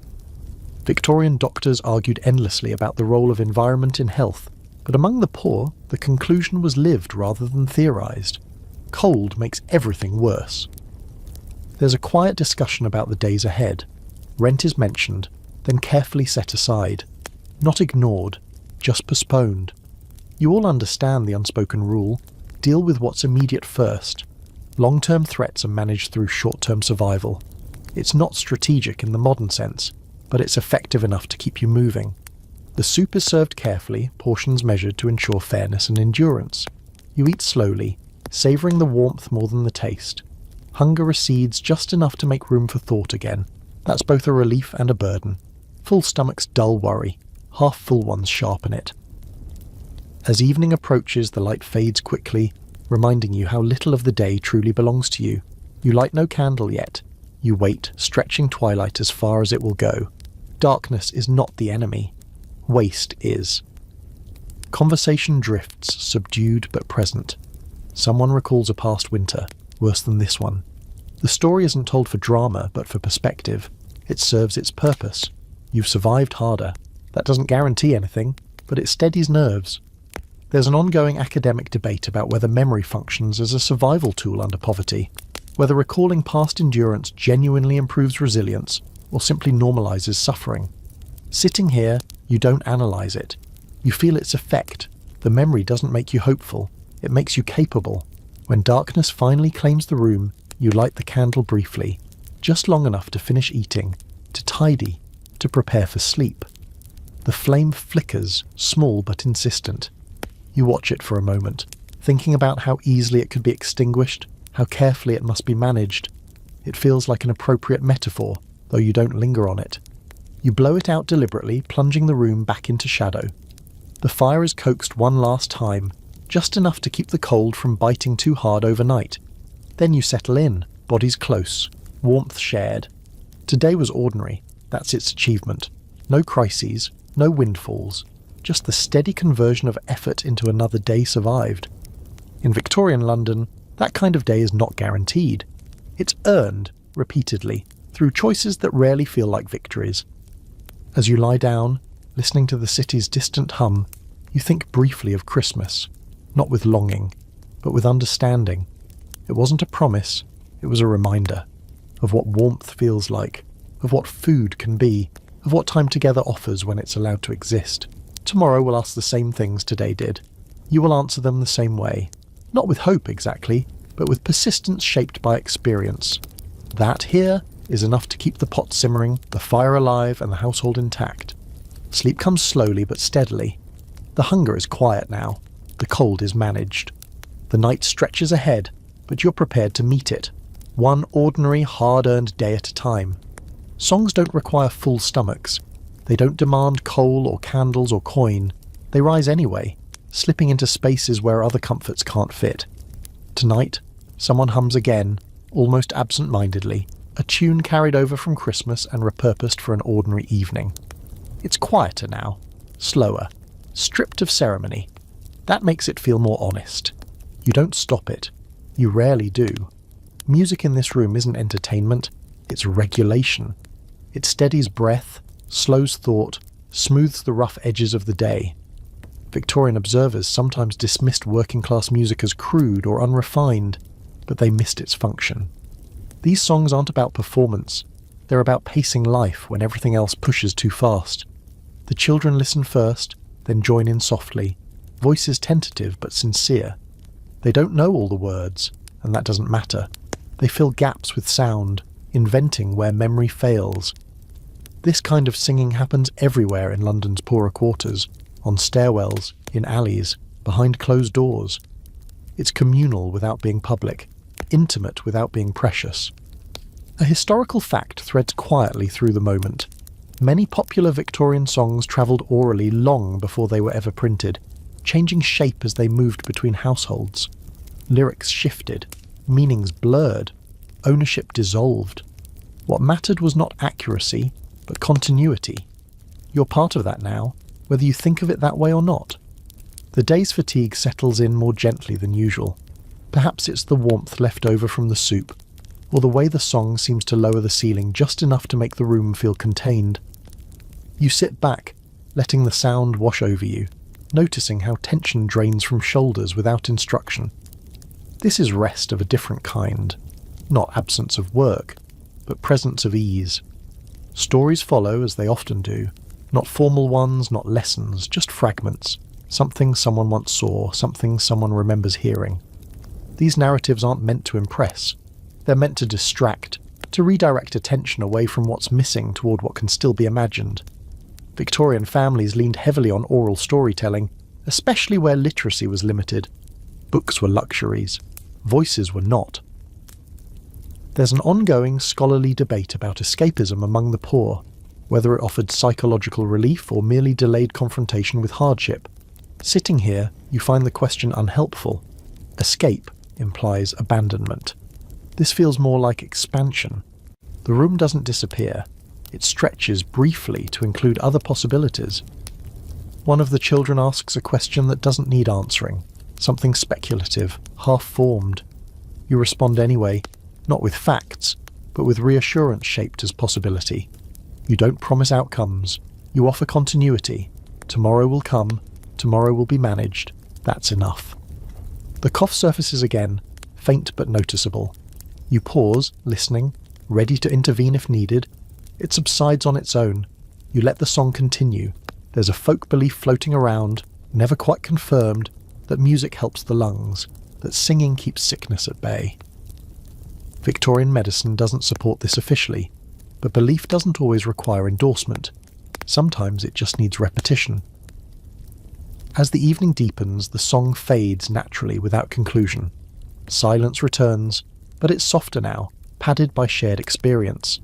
You notice how different this feels from earlier nights, how the quiet no longer presses in as heavily.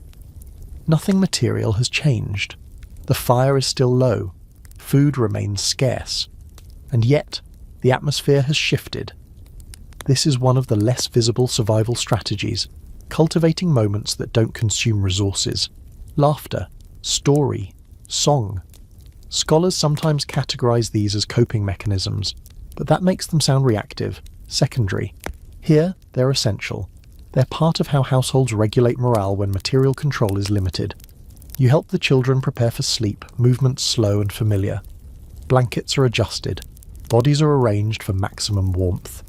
The choreography is practiced enough to feel automatic, but you remain attentive. Comfort here is deliberate. Nothing is assumed.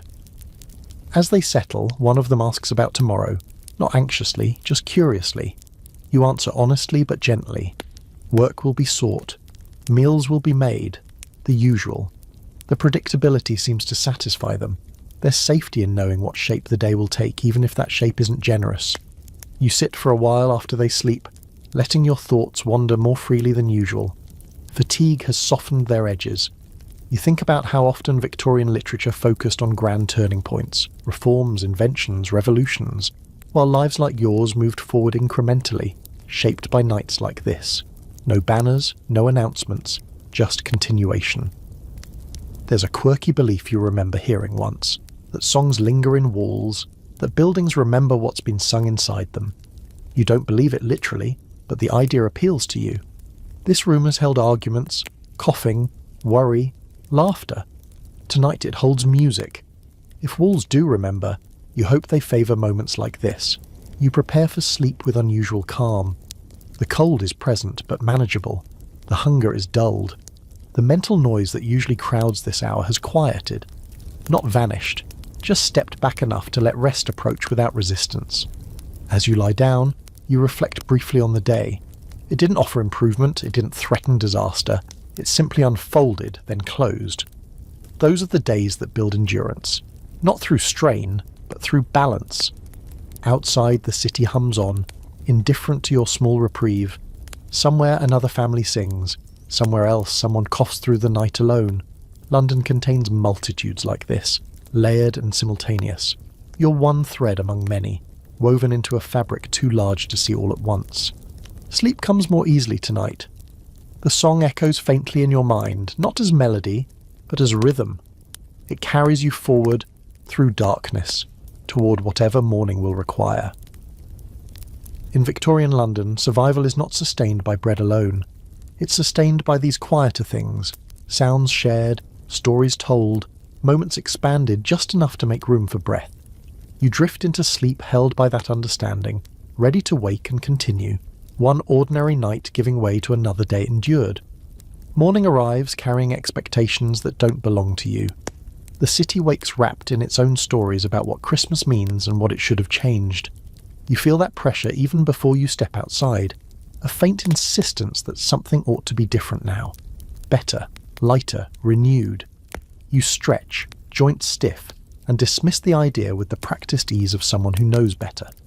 This is where the myths creep in. Dickens has been busy these past years, shaping an image of Christmas that glows with redemption and moral awakening. You've heard people reference his stories, even if they haven't read them. Talk of sudden generosity, of hard hearts softened overnight. A historical fact worth grounding yourself in. A Christmas Carol was published in 1843, and by 1850 its influence is already reshaping expectations around the holiday, especially among the middle classes. The poor, however, are expected to play supporting roles in someone else's transformation. You don't begrudge the stories their warmth. You understand their appeal, but standing here, Pulling on worn boots, you know the difference between narrative and lived experience. No ghost visited your landlord. No employer woke with a revelation. Christmas did not rewrite the terms of your existence. It paused them briefly, then stepped aside. Outside, the streets feel normal again. Fully normal now, the last traces of festivity erased by routine. Bits of greenery have been trampled into the mud. Paper decorations sag and tear. The city cleans up its imagination quickly. London has always been efficient that way. Fantasy is tolerated, but only temporarily. You pass a shop window still displaying a faded holiday scene. It looks absurd now, stranded out of time. A child points at it as you walk by, then loses interest almost immediately. That, you think, is how most people interact with the myth. Momentary fascination followed by practicality. Work is steadier today, though no kinder. You fall into familiar patterns, body remembering what to do even when the mind resists. Labour after the holidays feels heavier somehow, as if expectation itself has added weight to your muscles. Victorian commentators often wrote about holiday softness, warning that rest made workers sluggish. From your vantage point, the opposite feels true. The contrast sharpens fatigue rather than dulling it. As you work, you overhear conversations, people talking about how meaningful Christmas was, how it reminded them to be grateful, to give more, to appreciate what they have. You don't interrupt. Gratitude is not a concept you reject, it's one you practice differently. Yours is not abstract, it's situational. You're grateful when illness recedes, when work appears, when a meal holds together. You don't need a holiday to tell you that. There's an academic debate that runs quietly beneath moments like this. Did Dickensian ideals genuinely improve conditions for the poor by inspiring reform and charity? Or did they sentimentalize suffering in ways that made inequality easier to tolerate? Listening to these conversations, you suspect the answer is both. The stories open some doors. They also close others, convincing people that feeling moved is the same as changing systems. By afternoon, your body reminds you that ideals don't replace calories. You pause to eat, chewing slowly, conserving energy. Hunger doesn't dominate the way it once did. It's been managed into something quieter, more strategic. That adaptation is invisible to those who don't live inside it. To them, hunger is dramatic or tragic. To you, it's procedural. On the way home, you pass a group of people discussing charity drives, collections inspired by Christmas spirit. There's enthusiasm there, genuine and well-meaning. You don't doubt their sincerity. But you notice how quickly the conversation turns to next year, to doing it properly next time. Charity, like celebration, is often future-focused. Need, unfortunately, is not. Back in the room, the day's earnings are added to the small pile you maintain mentally rather than physically. Counting too often invites anxiety.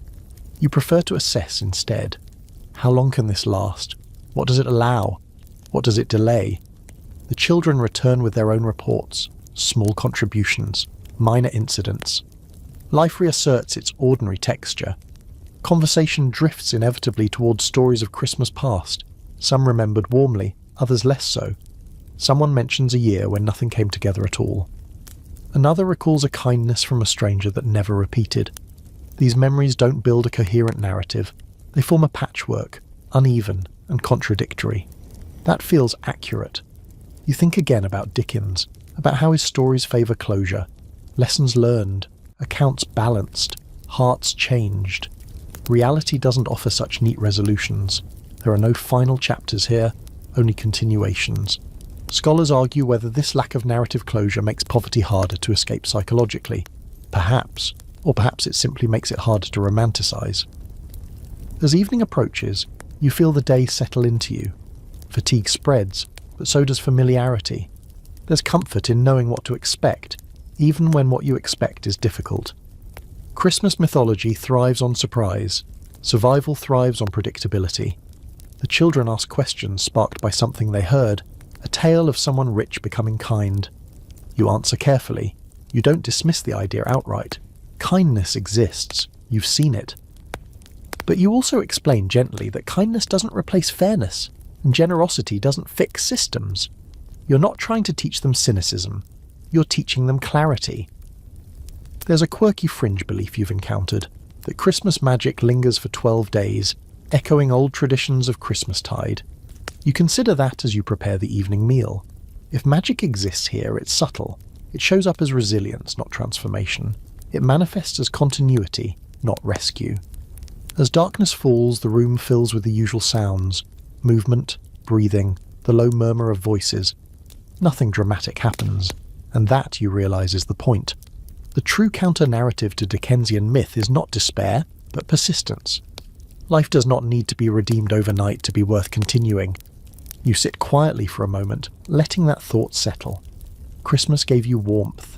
Dickens gave the world stories. Neither promised permanence. The danger lies in confusing inspiration with solution. As you prepare for sleep, you feel neither disillusioned nor uplifted. You feel grounded. Myths have their place. So do realities. Knowing which is which, and when to rely on each, is another survival skill learned slowly without instruction. You lie down as the city hums on, indifferent to stories and seasons alike. Tomorrow will bring more work, more calculation, more endurance. You are ready for that. Not because Christmas changed you, but because it reminded you, briefly, what you're enduring for. In Victorian London, surviving the myth is sometimes as important as surviving the cold. You close your eyes with that understanding steady and clear, prepared to keep moving forward in a world that prefers its stories neat and its reality largely unseen. Neighbours are not friends in the way novels like to frame them. They're not chosen, not curated, not always kind. But they are close, and closeness counts for more than affection when survival is communal by necessity. You wake to the familiar sounds of them. Footsteps overhead, a door creaking open down the corridor, a muffled argument already underway somewhere nearby. The building is alive again, fully awake, and that shared wakefulness feels like confirmation. You're still part of something. In places like this, isolation is dangerous. Everyone knows it, even if no one says it aloud. Victorian reformers often focused on the filth and crowding of working-class housing, but they missed something crucial. Proximity also enabled support. When resources are thin, information becomes currency, and neighbours are its primary exchange. You step out briefly to fetch water and are met with the usual nods, half acknowledgements, wordless check-ins. Someone mentions a job rumour, temporary, poorly paid, but real. You file it away. Another warns of a landlord doing rounds early, pressing for arrears. That information lands heavier. You thank them quietly. Gratitude here is practical, not performative. There's a historical truth worth pausing on. Informal neighbour networks often provided more reliable support than formal charities. Food shared quietly. Coal borrowed and repaid. Children watched without paperwork or sermons. Scholars debate whether these systems were empowering or merely compensatory for state neglect. From where you stand, they're indispensable. Back inside, the day's plans adjust immediately based on what you've heard. This responsiveness is key. You don't wait for certainty. You act on likelihood. That's how things move here. Through anticipation rather than assurance. Someone offers to watch the children later if work appears. The offer isn't framed as a favour. It's understood that the balance will be restored another time, in another form. Mid-morning brings a knock at the door. Not loud, not urgent, just present. A neighbour stands there with a small bundle, coal, a few pieces, wrapped in cloth. They don't explain. You don't ask. The exchange is quick, almost embarrassed. You accept it with a nod and a promise that isn't spoken but fully formed. This is how dignity survives here, by minimising spectacle. There's a quirky detail from the period that surfaces as you add the coal to the fire. Many households kept informal tallies of who owed whom, not written down, but remembered collectively. Reputation mattered. Reliability mattered more. You've been careful to maintain yours. It's a form of social capital, earned slowly, spent cautiously. The fire responds gratefully, warming the room faster than expected. The children notice immediately, drifting closer without comment. Warmth has a magnetic pull. You let it spread, careful not to burn too fast. Every gift has a lifespan. You extend it through attention. Later, as you head out again, you pass two neighbours in conversation, voices low. They glance at you, then include you without pause. News travels this way, stitched together from fragments. Someone's ill. Someone found work briefly. Someone's leaving. Moving on or moving out, no one quite sure which. These updates aren't gossip, they're survival data. You add what you know in return. a rumour confirmed, a warning passed along. This reciprocity is constant, almost automatic. There's an academic argument that such dense social networks limited individual mobility by binding people to place. Perhaps, but they also keep people alive long enough to consider mobility at all. By afternoon, the children are with a neighbour, supervised in that loose, watchful way that prioritises presence over structure. You trust this arrangement more than any institution. The building itself feels like an extended household, porous and imperfect but responsive. You head out to pursue the job rumour, heart steady, expectations measured. The work doesn't materialise, not fully. But you learn something else instead: who's hiring next week, which foreman to avoid, which corner to stand on if you want to be seen. These details matter. You bring them back with you, offerings in the shared economy of information. Inside, the room absorbs the day's outcomes without drama. No windfall, no crisis. The borrowed coal burns down slowly, stretching the evening. Soup is made again, slightly thicker this time. Someone mentions repaying the coal soon, and you agree.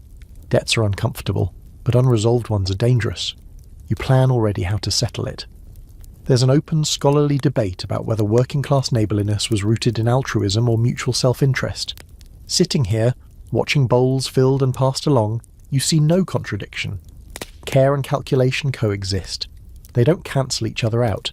They make each other possible. As darkness falls, someone knocks again. This time it's a question. Can you spare a bit of bread? You hesitate only long enough to measure, then agree.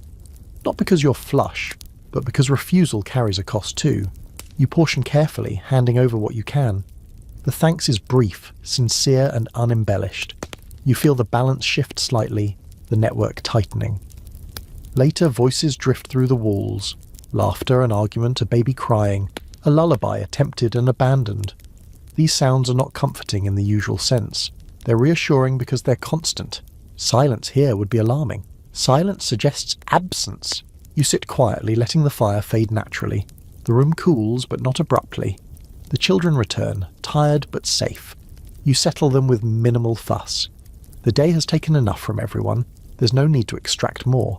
Before sleep, you reflect on how little of this appears in official records. Census lists names and ages. Reports tally conditions, but they don't capture this. How survival is braided together, how one household leans into another, how resilience is distributed across walls and doorways. There's a fringe belief you've heard, half joking, that tenement buildings develop their own spirits, shaped by the lives inside them. You don't believe that literally, but you understand the impulse. This place feels aware, responsive, held together by more than brick and rot. It's held together by obligation and memory. As you lie down, the warmth from earlier lingers faintly. You think about how often narratives of poverty focus on isolation, on abandonment. Those elements exist, yes, but so does this. Imperfect, conditional solidarity that fills gaps left by institutions and indifference. Tomorrow will demand more from you. It always does. But tonight, you rest knowing that you are not facing it alone, even when the facing is quiet and unacknowledged. In Victorian London, neighbours are lifelines. Not ideal ones, not guaranteed ones, but real ones, stretching just far enough to keep you connected, informed, and moving forward. You close your eyes within that web, ready to endure another day, sustained not by charity or myth, but by shared necessity and earned trust. Illness never announces itself politely. It doesn't wait for better timing or clearer margins. It arrives when resources are thinnest, when patience is already stretched, when you're least equipped to absorb another complication. This morning it announces itself through heat, unnatural warmth radiating from skin that should be cool in winter. You notice it immediately. The body knows when something is wrong long before the mind catches up. You place a hand against a forehead and feel the truth settle in. Fever. Not dramatic. Not yet. But undeniable. The cough that's been hovering in the background deepens, each breath sounding heavier than it should. This is the moment you've been guarding against, the one winter always threatens. You straighten slowly, already shifting into response mode. Panic would waste time. You don't have time. In Victorian London, illness is rarely isolated. It ripples outward, affecting work, income, housing, everything. A historical fact that hangs over you now. For the urban poor, Sickness was one of the leading causes of descent into the workhouse, not because illness itself was fatal, but because it interrupted labour long enough to unravel everything else. You feel that truth pressing in, immediate and sharp. You keep your voice steady as you give instructions, small ones at first. Water warmed, cloths prepared, the fire coaxed just a bit higher than planned. You break your own rules without apology. This is not indulgence. This is triage. Victorian medicine offers little for fever beyond rest, hydration, and hope. You provide what you can of the first two and ration the third carefully. The room rearranges itself around the sickbed. Others move quietly, instinctively making space. Children are kept back, not out of fear, but caution. Everyone here understands contagion in a practical sense, even if the science is wrong or incomplete. There's an ongoing scholarly debate about how much Victorian families understood about disease transmission before germ theory. Whatever the textbooks say, lived experience taught vigilance. You send word to a neighbour, not for help yet, but for awareness. If this worsens, you'll need support. If it improves, they'll need to know why you've been quieter than usual. Communication now is preventative, not reactive. The network tightens subtly, readying itself. The day's plans dissolve immediately. Work is abandoned without discussion. You feel the loss keenly, but there's no alternative. You can't afford illness, but you can't ignore it either. That paradox defines much of life here. You choose care, knowing the cost, because the cost of neglect is worse. Hours pass unevenly. Fever rises, then plateaus. The cough rattles, then softens. You sit close, counting breaths, offering sips of water, adjusting blankets with careful hands. Time behaves differently during illness, stretching, compressing, looping back on itself. You don't measure it in hours anymore. You measure it in changes, however small. There's a quirky remedy someone suggests. Mustard poultices applied to the chest, believed to draw out illness. You hesitate. These treatments can do more harm than good. Victorian medicine is full of such contradictions, earnest and dangerous in equal measure. You decide against it, trusting instinct over tradition. Instead, you rely on warmth and rest, the oldest remedies of all. The children watch from a distance, eyes wide and quiet. You answer their questions simply, without dramatizing. You've learned that fear spreads faster than fever. Calm here is contagious too. You give them small tasks, fetching water, folding cloths, so they feel useful without being exposed. Responsibility can ground anxiety if managed carefully.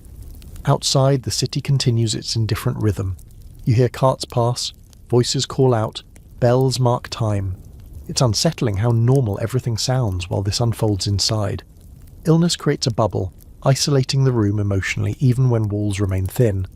You're acutely aware of how alone this can feel, even surrounded by people. By afternoon, exhaustion sets in, not just physical but mental. Vigilance is tiring. You fight the urge to imagine worst-case outcomes, tuberculosis, pneumonia, words you avoid thinking too loudly. There's an academic debate about how fear of disease shaped Victorian family life, encouraging both closeness and emotional restraint. Sitting here, you feel that tension clearly, wanting to be present without letting dread take over. A neighbour knocks quietly, already informed. They bring a small offering, broth, thin but hot. You accept it with gratitude that feels heavier than usual. Care received during illness carries different weight. It's not transactional, it's stabilising. You make a mental note to repay it when you can, though you know repayment won't balance this moment. That's okay. As evening approaches, the fever begins to ease, not dramatically, just enough to change the texture of the room. Shoulders drop slightly, breaths come easier. You don't celebrate. You've seen false recoveries before. Victorian households knew this pattern well. Improvement followed by relapse, hope followed by loss. You remain attentive, cautious. Night falls slowly, deliberately. You prepare for another long watch, arranging sleep in shifts. Someone must always be awake. This is not paranoia, it's experience. You've learned that illness respects neither darkness nor exhaustion. You make yourself comfortable enough to endure, not enough to relax. There's a scholarly argument that illness forced working-class families into roles of care that strengthened emotional bonds. Sitting here, you're not sure strengthening is the right word. It sharpens them. It strips them of pretense. What remains is attention, presence, endurance. The cough quiets further as the night deepens. Breathing steadies. Fever breaks slightly, sweat cooling skin that was too hot hours ago. You wipe it gently, relief creeping in despite your restraint. This is a turning point perhaps, or just a pause. You don't know yet. You stay awake longer than necessary just in case. The room smells of damp cloth, coal smoke, and that distinct scent of illness you can never quite describe. It's familiar, unwelcome, but not yet overpowering. You cling to that distinction. As the hours stretch on, you allow yourself a small thought of hope. Not recovery, not safety, but momentum. If this continues, work can resume soon. The children can stay healthy. The household can hold. These thoughts are tentative, fragile. You treat them gently. Near dawn, exhaustion finally claims you. You lie down close enough to hear every breath, every shift. Sleep comes lightly, fractured by vigilance, but it comes. Your body needs it. You trust the room, the network, the small signs of improvement. Illness has not taken everything. Not this time. You know better than to assume victory, but you accept this small mercy as it is. A reprieve, not a resolution. In Victorian London, surviving sickness is rarely about cure. It's about timing, care, and the narrow space between collapse and continuation. As sleep edges in, you remain balanced in that space, ready to rise again if needed, determined to hold what you can together for one more day. Morning brings cautious relief, the kind you don't trust yet. You wake with your senses already extended, listening before you move. Breathing sounds steadier. The cough is still there, but it no longer claws at the chest. Fever has retreated to something manageable, leaving behind weakness rather than danger. This isn't recovery, it's reprieve. You accept it carefully, like fragile glass. The room feels altered by the night's vigilance. Everything is closer together now. Bodies, blankets, responsibilities. You stretch stiff muscles and rise quietly, not wanting to disturb what balance has been regained. Outside, dawnlight filters in weakly, pale and unconvincing. Winter doesn't brighten easily. Still, light is light, and you take it as a good sign. The children wake next, alert and anxious, scanning faces before asking questions. You answer honestly but gently. Better, not well. Their relief shows immediately, mixed with restraint they've learned too early. They know how quickly improvement can reverse. You give them small tasks again, grounding them in usefulness. Anxiety burns less fiercely when hands are busy. There's a historical fact that settles into your thoughts as you work. In mid-19th century London, the majority of nursing care for the sick was provided at home, almost entirely by family members, usually women or older children. Hospitals existed, but for the poor they were places of last resort, associated with experimental treatments and separation. Care, like survival, was domestic and unpaid. You prepare food slowly, choosing warmth over quantity. Thin broth again, supplemented with what little you can spare. Appetite is minimal, but hydration matters. Victorian doctors emphasised nourishment during illness, but often prescribed foods impossible for the poor to obtain. You work instead with what you have, trusting warmth and consistency to do what theory cannot. As the morning progresses, the children's behaviour shifts. Their questions turn outward again, to school rumours, to street sounds, to what might happen later today. That shift tells you as much as the patient's breathing does. Fear is loosening its grip. The room exhales collectively, though no one names it. You send word quietly to neighbours that the crisis has eased. Not ended, eased. The distinction matters. Support networks need updates the way bodies need water. You don't want unnecessary worry, but you also don't want silence. In communities like this, absence of information is its own kind of alarm. There's a quirky belief someone mentions in passing that illness leaving before noon is a sign of good fortune. You don't challenge it. Superstition thrives where certainty is scarce, and sometimes belief itself functions as medicine. Victorian households were thick with such ideas, some harmful, some harmless, all attempts to impose pattern on unpredictability. By midday, the sick one sleeps more deeply, the kind of rest that feels earned rather than enforced. You sit nearby, allowing yourself to relax just a fraction. Exhaustion catches up quickly when vigilance drops. You feel it in your bones, in the dull ache behind your eyes. Caring is work, even when it looks like stillness. There's an ongoing scholarly debate about the emotional cost of caregiving among the poor, whether constant responsibility hardened people or deepened empathy. Sitting here, watching chest rise and fall, you don't feel hardened. You feel sharpened.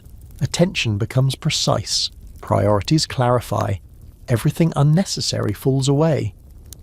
The children whisper among themselves, inventing small games that require minimal movement. You let them. Noise at this volume is not disruption. It's life continuing. You're careful not to silence it completely. Total quiet would feel ominous now, like holding your breath too long. Outside, the city presses on. You hear footsteps, voices, the rattle of carts.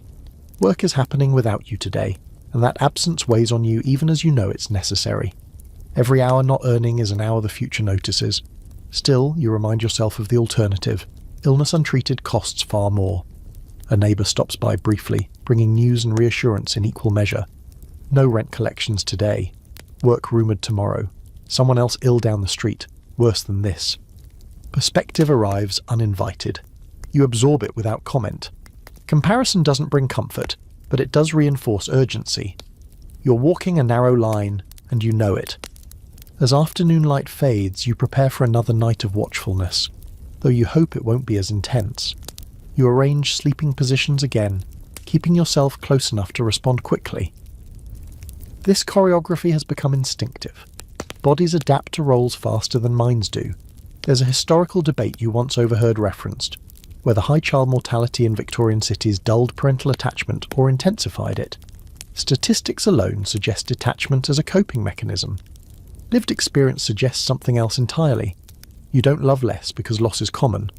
You love with awareness that love must be active, present, immediate. The cough resurfaces briefly in the evening, enough to spike your attention, then settles again. You note it without reacting. Overreaction wastes energy. Underreaction risks everything. Balance is learned the hard way. Through nights like this, through trial and error, no one records. You offer a small treat before sleep. Warm water sweetened slightly. A kindness rather than a cure. It's accepted gratefully, eyes closing soon after. That gratitude hits you harder than it should. Caregiving creates these asymmetries, these moments where effort and appreciation don't align neatly. You don't dwell on it. Dwelling leads nowhere useful. The children settle more easily tonight, exhaustion overtaking anxiety. You watch them drift off, faces slack with relief. Their resilience impresses you, even as it worries you. Childhood here is elastic, capable of absorbing stress, but only to a point. You make a mental note to watch for signs of strain later, when crisis has passed and emotions catch up. There's an academic argument that poor families lived in a constant state of low-level trauma, punctuated by acute crises. Sitting here, you recognise the pattern. This morning's relief doesn't erase last night's fear. It layers on top of it, forming something dense and complicated. Endurance isn't simple, it accumulates. As night deepens, you allow yourself to sit back fully for the first time since illness took hold. The room is quieter now, steadier. Not safe. Nothing is ever truly safe, but stable enough to breathe without counting. You think briefly about Christmas again, not as memory but as contrast. Illness cares nothing for holidays or recovery days. It moves on its own schedule. Survival, then, is not about planning perfectly, but about responding effectively when plans collapse. Before sleep, you check once more. Forehead cooler, breathing even. You nod to yourself, a gesture so small it barely exists. This is the kind of victory you allow now. Not triumph, not certainty, just continuity. You lie down, body heavy with exhaustion, mind lighter than it was yesterday. The worst has not happened. That's all you claim. Tomorrow will bring its own tests, its own negotiations. But tonight, the household holds. In Victorian London, children's wonder and adult anxiety live side by side, often in the same room, often in the same moment. You carry both as sleep finally claims you. Wonder that care made a difference. Anxiety that it must continue. For now, that balance is enough. The night passes quietly, and in that quiet, you gather strength to face whatever morning asks next. The day after Christmas never arrives gently. It drops you back into rhythm like a stone into water, ripples spreading outward whether you're ready or not. You wake with the familiar sense of calculation already ticking through your thoughts. Who can work today? Who must rest? What can be delayed? What absolutely cannot? The illness has loosened its grip, but it hasn't left entirely. That matters. You factor it in immediately, the way you do with weather or rent or hunger. Morning light slips in thin and pale, barely committed to the idea of day. You rise quietly, checking breathing, checking temperature, checking the subtle signs that tell you whether today can hold more weight than yesterday. Better, still fragile. You decide. Work will be attempted, but cautiously. No heroics. Victorian survival rarely rewards bravery. It rewards restraint. The children wake alert but subdued, eyes tracking your movements. They sense the shift. Crisis has eased, but tension remains, stretched like a wire that hasn't quite slackened. You give instructions simply, deliberately. One will go out for small errands, another will stay close. Roles settle into place without complaint. They've learned to read the room better than most adults. Outside, London has fully returned to itself. Christmas is gone not just from shops and streets, but from conversation. The city wastes no time on reflection. Work is work again. Hunger is hunger again. Bells ring for hours and shifts, not for celebration. You step into the cold with a feeling that's almost familiarity, as if routine itself has wrapped around you like an old coat. You take the long way toward places where work sometimes appears, partly to stay warm, partly to listen. The city speaks constantly if you know how to hear it. Snippets of argument, shouts from foremen, rumours carried on breath and boots. You collect information the way others collect wages. Today, information feels especially valuable. A historical fact sits heavily in your thoughts as you wait. For most working families in Victorian London, missing even a single week of income could cascade into debt, eviction, or institutionalisation. There were no buffers, no savings accounts to absorb shock. Recovery from illness wasn't just physical. It was economic and far less forgiving. You managed to secure short work, nothing steady, nothing promising, but real enough to matter. You take it without negotiation. Your body protests quietly, reminding you it hasn't fully recovered from nights of vigilance and thin meals. You listen to it just enough to avoid collapse. Pushing too hard now could undo everything. The labour is slower today, more deliberate. You pace yourself, conserving energy, ignoring the pressure to perform at full capacity. Victorian labour culture prized endurance, but bodies had limits no ideology could override. You've learned where yours are, even if respecting them comes at a cost. Payment arrives, modest but necessary. You don't linger, you don't celebrate. Coins go into your pocket with the same solemnity as always. They represent not comfort, but time. Another day or two before the edge draws closer again. Time is the most precious currency you have. On the way home, you make careful purchases. Food that supports recovery rather than just survival. Warmth rather than quantity. You avoid indulgence instinctively. Christmas already claimed that space. Now the focus is stability. Victorian households often oscillated between brief abundance and long restraint. You're firmly back in the latter phase. Inside, the room absorbs you again, reshaping itself around presence and need. The children report their own small successes. A neighbour checked in. Another offered help later if needed. The network remains intact, flexing quietly. You acknowledge this with relief you don't voice aloud. Dependence is safest when it's mutual and unspoken. The sick one sits up today briefly. That moment carries disproportionate weight. Upright means strength returning. It also means expectation. You caution gently, insisting on rest, even as relief pushes you toward optimism. Victorian families often struggled with this transition, knowing when recovery was real enough to resume labour without inviting relapse. You err on the side of caution, despite the cost. Afternoon settles in slowly, light fading before you feel ready. You prepare food again, a little thicker than yesterday, mindful of nourishment's role in recovery. Victorian medical texts emphasised meat and broth for the ill, but access determined practice. You do what you can with what you have, trusting warmth and consistency over doctrine. Conversation resumes its ordinary cadence, not hushed now, but careful. Laughter flickers briefly, then recedes. No one pushes it. The children drift between tasks and restlessness, energy returning unevenly. You watch closely, aware that emotional release often lags behind crisis.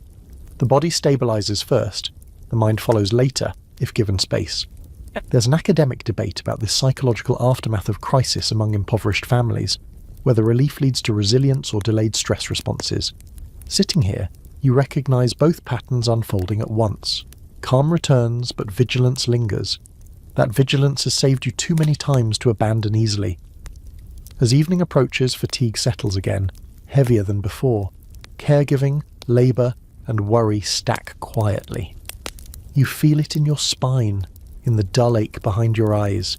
You don't fight it, you plan around it. Energy must be rationed as carefully as food. You light the fire early tonight, allowing yourself that small concession. Recovery requires warmth, and tonight you decide it's justified. The room responds quickly, breath visible less often, muscles loosening without comment. You sit closer together, sharing heat and presence. These moments don't look like progress from the outside. Inside, they're everything. There's a quirky belief you recall hearing, that the day after illness breaks is the most dangerous, when people feel well enough to overreach. You take that seriously. You enforce rest with firmness disguised as kindness. No one argues. Experience has taught everyone here the cost of impatience. As darkness settles fully, you reflect on how quickly Christmas has receded into memory, replaced by something far more urgent and intimate. Illness reorders priorities ruthlessly. It reminds you what matters when symbolism falls away. Breath, warmth, continuity. Before sleep you check once more. The fever has not returned. The cough is present but quieter. Strength is returning slowly, like light after solstice. Imperceptible but real.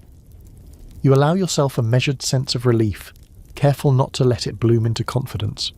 You lie down at last, body heavy, mind quieter than it's been in days. Tomorrow will demand more labour, more calculation, more restraint. But tonight, the household holds steady. That's no small thing. In Victorian London, the day after Christmas rarely offers reflection or reward. It offers return. Return to work, return to worry, return to endurance. You meet it not with bitterness, but with practiced resolve. As sleep takes you, you understand something clearly. Survival isn't a single act, or even a series of dramatic ones. It's accumulation. Of choices made under pressure, of care offered when it costs, of restraint exercised even when hope flares. The day after Christmas asks nothing special of you. It simply asks that you continue, and you do. Debt doesn't announce itself loudly. It doesn't kick in the door or demand attention all at once. It accumulates quietly, patiently, like frost creeping across a window pane. You feel it this morning before anyone mentions it, an unease settling into your thoughts as you count what remains and what is already spoken for. Rent, food, coal. The numbers don't fight you. They simply refuse to line up. You sit with the figures longer than usual today, not because they've changed, but because the margin has. Illness narrowed it. Christmas bent it. Survival continues to depend on the same arithmetic, but now the sums are tighter, less forgiving. Victorian London runs on this kind of math, invisible but relentless. Every household does its own version, day after day, knowing full well it will never quite resolve. The rent is the largest shape in your mind. It always is. Food can be stretched, heat can be borrowed, but rent is fixed, immovable, enforced by a system that has little patience for explanation. A historical fact presses itself forward. By mid-century, housing costs in London consumed a disproportionate share of working-class income, especially in overcrowded districts. Falling behind didn't mean negotiation. It meant eviction. You don't speak the word aloud yet. Saying it too early gives it power. Instead, you review options. What can be delayed? What can be supplemented? Who might extend credit briefly? Credit here is not formal. It's personal. A shopkeeper who knows you. A landlord who tolerates lateness. A neighbour willing to lend. Each option has a cost beyond interest. Reputation is always at stake. Outside, the city hums with its usual indifference. People move with purpose, some toward wages, others toward debt of their own. You're not unique in this. That knowledge doesn't comfort you as much as it used to. Shared struggle doesn't reduce individual consequence. The system doesn't care how common your situation is. You head out with intent today, scanning not just for work but for leverage, overtime, extra tasks, anything that might add a few more coins to the balance. The body is still recovering, but the calendar doesn't pause for that. You move carefully, pacing yourself, choosing tasks that trade time for money without risking relapse. It's a delicate calculation, one Victorian workers made constantly without naming it as such. Work comes sporadically, pieced together from errands and favors. It's exhausting in a different way than steady labor. Less physical strain, more uncertainty. You accept it anyway. Uncertainty is preferable to stagnation. Each coin earned feels heavier today, burdened with expectation. You count them more than once, hoping repetition might change their number. By midday, you've earned enough to feel the weight shift slightly. Not relief, just adjustment. The math still doesn't work, but it doesn't collapse immediately either. You take a moment to breathe, leaning against a wall, letting fatigue settle. Victorian life rarely offers rest without guilt. You accept this pause as strategic rather than indulgent. On your way back, you stop at a familiar shop. The proprietor knows you well enough to greet you by sight. There's a conversation here that's happened before, always polite, always edged with implication. You ask about credit, not much, just a little time. The answer is cautious, but not dismissive. That's a victory of sorts. Trust, once earned, extends further than coin. There's an open scholarly debate about whether informal credit networks help stabilize poor households or trapped them in cycles of dependence. Standing here, you see both truths at once. Credit buys time. It also narrows future choices. But time is what you need most right now, and you take it without apology. Back home, the household absorbs the news quietly. Plans shift again, purchases postponed, portions adjusted, no one protests. Everyone understands the stakes. Debt doesn't inspire drama. It inspires discipline. You watch the children adapt instantly, their expectations recalibrating without complaint. That ease unsettles you, but you don't comment. Adaptation is survival here, even when it looks like resignation. The landlord's name surfaces in conversation, briefly, cautiously. Someone mentions seeing him nearby earlier. That information lands like a dropped plate, sharp, immediate. You decide to prepare rather than hide. Preparation here means readiness, not confrontation. Have what you owe. Have an explanation. Have witnesses if necessary. Victorian tenancy offers little protection. Presence and punctuality are often your only defenses. As afternoon fades, you revisit the numbers. You lay them out clearly now, no longer avoiding the conclusion. You are short, not catastrophically, but enough to require intervention. You weigh the final option, selling something. It's not new, it's not dramatic, it's simply the last lever available. You look around the room, inventorying possessions with a practical eye. Each object holds memory, but memory doesn't pay rent. You select carefully, choosing something useful but replaceable. The decision carries a familiar ache, not grief, but frustration. You've been here before, you'll be here again. That's what bothers you most. There's a quirky detail from the era that drifts through your mind. Pawnshops flourished in Victorian London, especially after holidays, as families converted gifts and keepsakes into cash. Pawning wasn't shameful, it was routine, a temporary solution with long-term implications. You consider the option seriously, already calculating how and when redemption might occur. Evening settles in with its usual quiet insistence. The fire is kept low. Conversation remains practical. The children ask questions that skirt the issue, and you answer truthfully but gently. Money is short. Things will be tight. They accept this with the same calm they bring to most realities. It's a skill they've mastered early. There's an academic argument that constant financial stress erodes cognitive capacity, making planning more difficult over time. Sitting here, you understand the theory intimately. The mental load is real. It presses down, narrowing focus, draining energy, and yet planning continues. Not because it's easy, but because the alternative is worse. As night deepens, you prepare for sleep with the numbers still echoing faintly in your mind. You've done what you can today. You've extended credit. You've earned what was available. You've identified what can be sacrificed if necessary. That's the work of survival, too. Unpaid, unrecognized, but relentless. Before lying down, you take one last look at the room. At the people who depend on these calculations, whether they understand them fully or not. The responsibility settles over you again, heavy but familiar. You don't resent it. You've learned to carry it the way you carry everything else, steadily, without ceremony. Debt will not be resolved tomorrow. Rent will not become easier. The math will not suddenly work in your favor. But tonight, the numbers are contained. They haven't spilled over into disaster yet. That matters. In Victorian London, survival is often less about progress than about postponement. Pushing consequences just far enough ahead to live another day. You close your eyes knowing tomorrow will bring more arithmetic, more negotiation, more quiet decisions that never make headlines. And when morning comes, you'll sit up again, count again, adjust again. Not because you believe the system will change, but because persistence is the only variable you still control. Defiance doesn't always announce itself with raised voices or clenched fists. Most days it's quieter than that. Small, deliberate choices made in spaces where resistance is not supposed to exist. You feel it this morning as you wake, not as anger, but as resolve. The numbers still don't work. The future still looks narrow. And yet, you get up anyway. That here is a kind of rebellion. The room is cold when you rise, colder than yesterday. You pause before relighting the fire, measuring how much warmth you can afford versus how much you need. In the end, you choose just enough.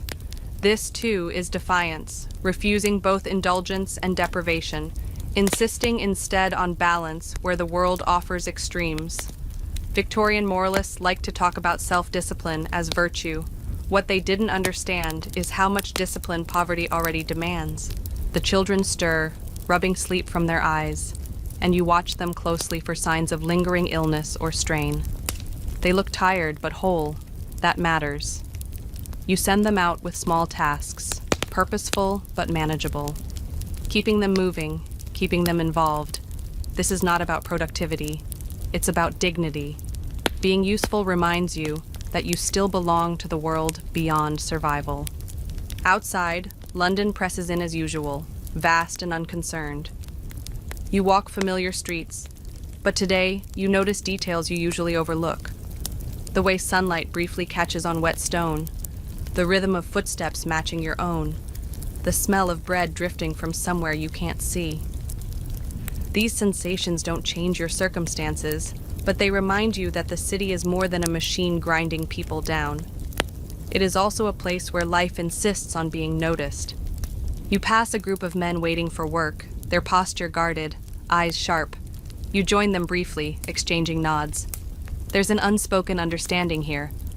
No one owes anyone cheerfulness. What you share is presence. A historical fact surfaces quietly.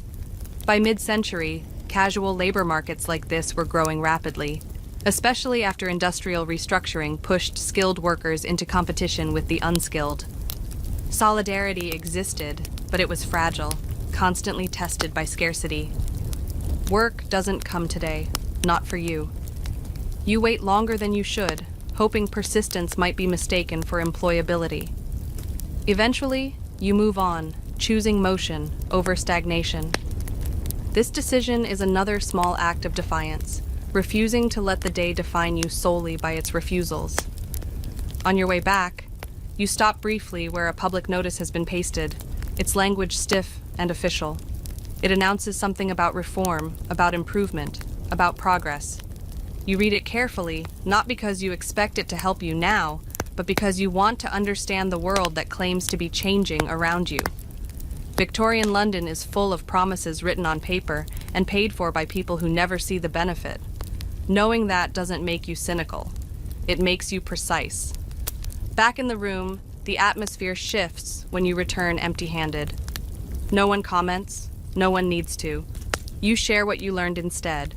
Where work might appear tomorrow, who to avoid, which shopkeeper seems open to credit this week. Information becomes contribution. You refuse to be useless just because you earned nothing today. There's an open, scholarly debate about whether the poor in Victorian cities internalized blame for their circumstances or developed oppositional worldviews. Sitting here, you find that neither fits quite right. You don't blame yourself for the system, but you don't romanticize resistance either. You exist in a middle space, aware, adaptive, unwilling to surrender your sense of self, even as options shrink. Midday brings a brief moment of levity. Someone tells a story, dry, understated, ending not with a punchline but with recognition. Laughter follows, brief but real. Humor here isn't escapism, it's calibration. It keeps despair from distorting perception. Victorian humor among the working class was often described as dark or coarse by observers who didn't understand its function. It wasn't meant to entertain outsiders. It was meant to keep insiders steady. You prepare food again, stretching it as you've done so many times it feels instinctive. There's a quiet pride in this competence. You know how to make things last. You know how to adapt recipes, repurpose scraps, transform necessity into routine. These skills aren't taught in schools or praised in books, but they're learned thoroughly here.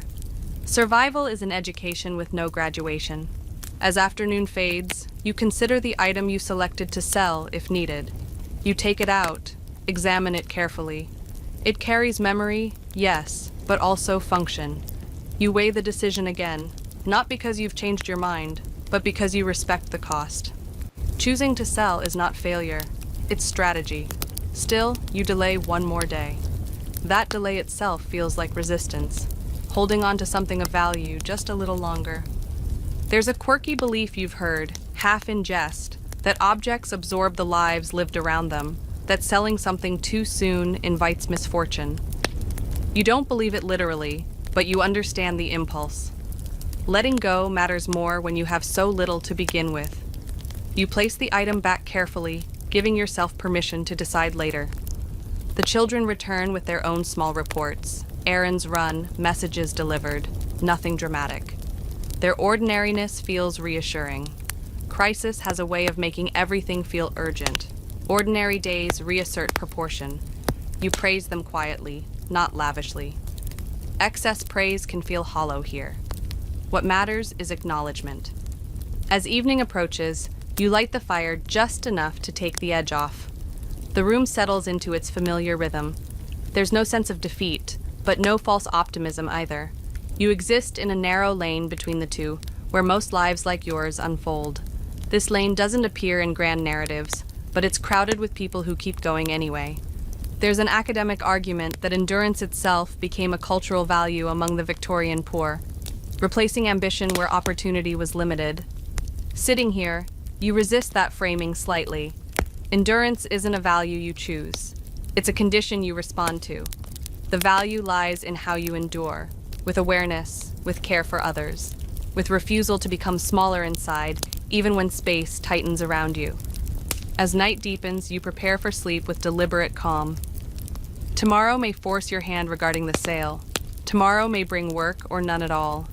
Tomorrow may undo today's careful balance. You acknowledge these possibilities without letting them dominate. Worry, like hunger, must be managed. You lie down, listening to the familiar sounds of the building, movement, breath, life continuing imperfectly. Somewhere nearby, someone argues. Somewhere else, someone sings softly. These sounds weave together into a reminder that you are not alone in this quiet defiance. Many endure alongside you, unseen, uncelebrated.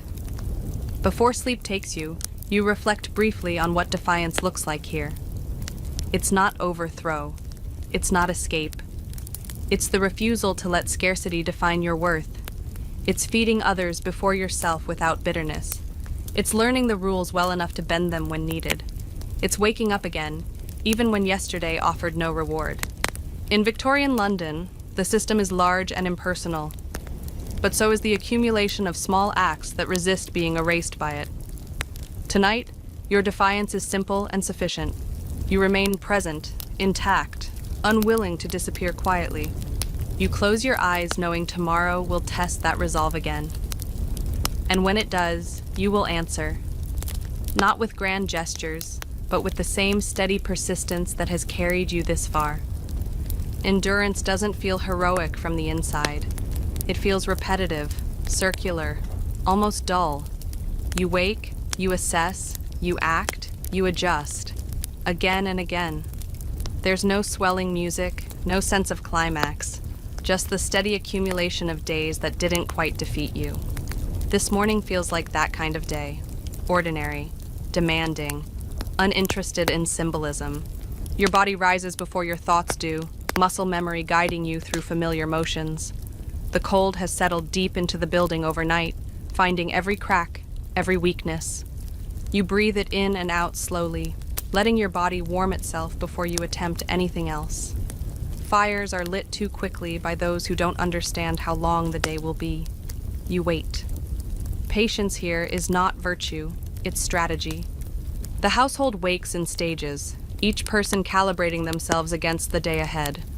The children move more easily now, health largely restored, though energy still comes in uneven bursts. You watch them carefully, not hovering, but attentive. Endurance is not pushing everyone to their limit. It's knowing where the limits are and working just inside them. Outside, the city presents the same challenges it always does. But today, you notice how practiced your responses have become. You don't rush. You don't freeze. You move with the confidence of someone who knows the terrain, not because it's safe, but because it's familiar. Victorian London changes rapidly in some ways. New buildings, new machines, new crowds, but the underlying pressures remain stubbornly consistent. You've learned how to navigate those. A historical fact surfaces as you walk. By 1850, life expectancy for the urban poor in London hovers shockingly low, dragged down by infant mortality, disease, and labor-related injuries. Many don't get the luxury of long-term planning. Endurance, then, is not about the future in an abstract sense. It's about staying alive long enough for tomorrow to matter. You search for work again, not with desperation, but with persistence, sharpened by experience. You know which places to avoid, which times to wait, which faces to watch. This knowledge isn't written anywhere. It's earned through repetition, through days that ended empty-handed and others that didn't. Scholars sometimes describe this as tacit knowledge, but that phrase feels too polite for how hard won it is. Today, work appears late and leaves early. You take it anyway. Short labor is still labor. You perform it efficiently, conserving energy, minimizing waste. There's a rhythm to this that feels almost meditative when hunger isn't too loud. The body learns how to move just enough, no more, no less. This is not laziness, it's sustainability. Payment comes and goes quickly, converted into necessities almost immediately. You don't linger over the coins. You don't imagine alternatives. Fantasizing costs energy you can't afford. You buy what supports continuity, food, warmth, small stability. Each purchase is a vote for another day held together. Back home, the room absorbs these choices without comment. No one applauds, no one questions. The household has learned to recognize progress without celebration. Survival doesn't announce itself, it simply continues. There's an open scholarly debate about whether long-term endurance under poverty reshapes identity, whether people begin to define themselves primarily by resilience. Sitting here, you resist that idea. Endurance is something you do, not who you are. You are still more than your ability to survive, even if survival occupies most of your time. Afternoon passes quietly, marked by small tasks and minimal conversation. The children work on something together, inventing structure where none is provided. You watch them from a distance, noticing how competence emerges early here, not because it's encouraged, but because it's required. There's pride in that, tangled with worry. You want them capable. You don't want them burdened. The line between the two is thin and constantly shifting. As daylight fades, you revisit the decision you've been postponing. The item set aside to sell waits patiently, unchanged. You pick it up again, feeling its weight, its history. You consider the numbers once more. Selling it would ease pressure. Keeping it preserves something less tangible. You make the choice at last, not dramatically, but firmly. Tomorrow, it will go. The decision doesn't feel like surrender. It feels like adaptation. Victorian survival is full of these moments, choosing when to let go so that something else can continue. Scholars sometimes frame this as sacrifice, but that word implies nobility. This feels more practical than noble. You're not giving something up for a cause. You're trading it for time. Evening settles in with its familiar quiet. The fire burns low. Food is prepared and shared. Conversation drifts without urgency. The children ask about tomorrow, and you answer honestly. Errands, schooling if available, work if found, the usual. They accept this without drama. Predictability has become a comfort. There's a quirky belief you recall hearing once, that the human body adapts to hardship the way skin adapts to cold, thickening over time. You're not sure that's entirely true. Some things adapt, others simply endure. But you do know this. You are not the same person you were before all this repetition shaped you. You are quicker to assess, slower to panic, more precise in what you give your energy to. As night deepens, you prepare for sleep with the same careful economy you bring to everything else. Blankets adjusted, bodies positioned. The room settles into its nightly rhythm. You listen to it for a moment, the breathing, the faint sounds from neighboring rooms, the distant hum of the city continuing its own endurance. There's an academic argument that the poor were invisible in Victorian narratives except when they served as moral examples or warnings. Sitting here, you think about how little of this steady, unremarkable persistence, fits into those stories. There's no lesson neatly extracted from a day like this. No transformation, just continuation. And yet, that continuation is the point. Endurance doesn't need witnesses to matter. It doesn't need to be framed as virtue or tragedy. It exists because it must, because stopping is not an option afforded to you. You lie down with the weight of the day still present, but manageable. Tomorrow will ask for another decision, another calculation, another adjustment. You will answer it the same way you always do, not with certainty, not with optimism, but with practiced resolve. In Victorian London, endurance becomes a way of life not because it's celebrated, but because it works. It keeps roofs overhead, fires burning, people breathing. It turns days that could have ended badly into days that simply end. As sleep finally takes you, you don't think about victory or defeat. You think about morning, about rising again, about doing this once more. And somehow, that thought doesn't feel crushing. It feels sufficient.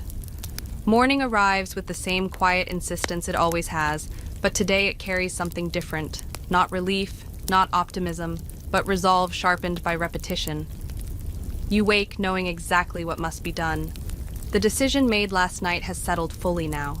No longer tentative, no longer debated.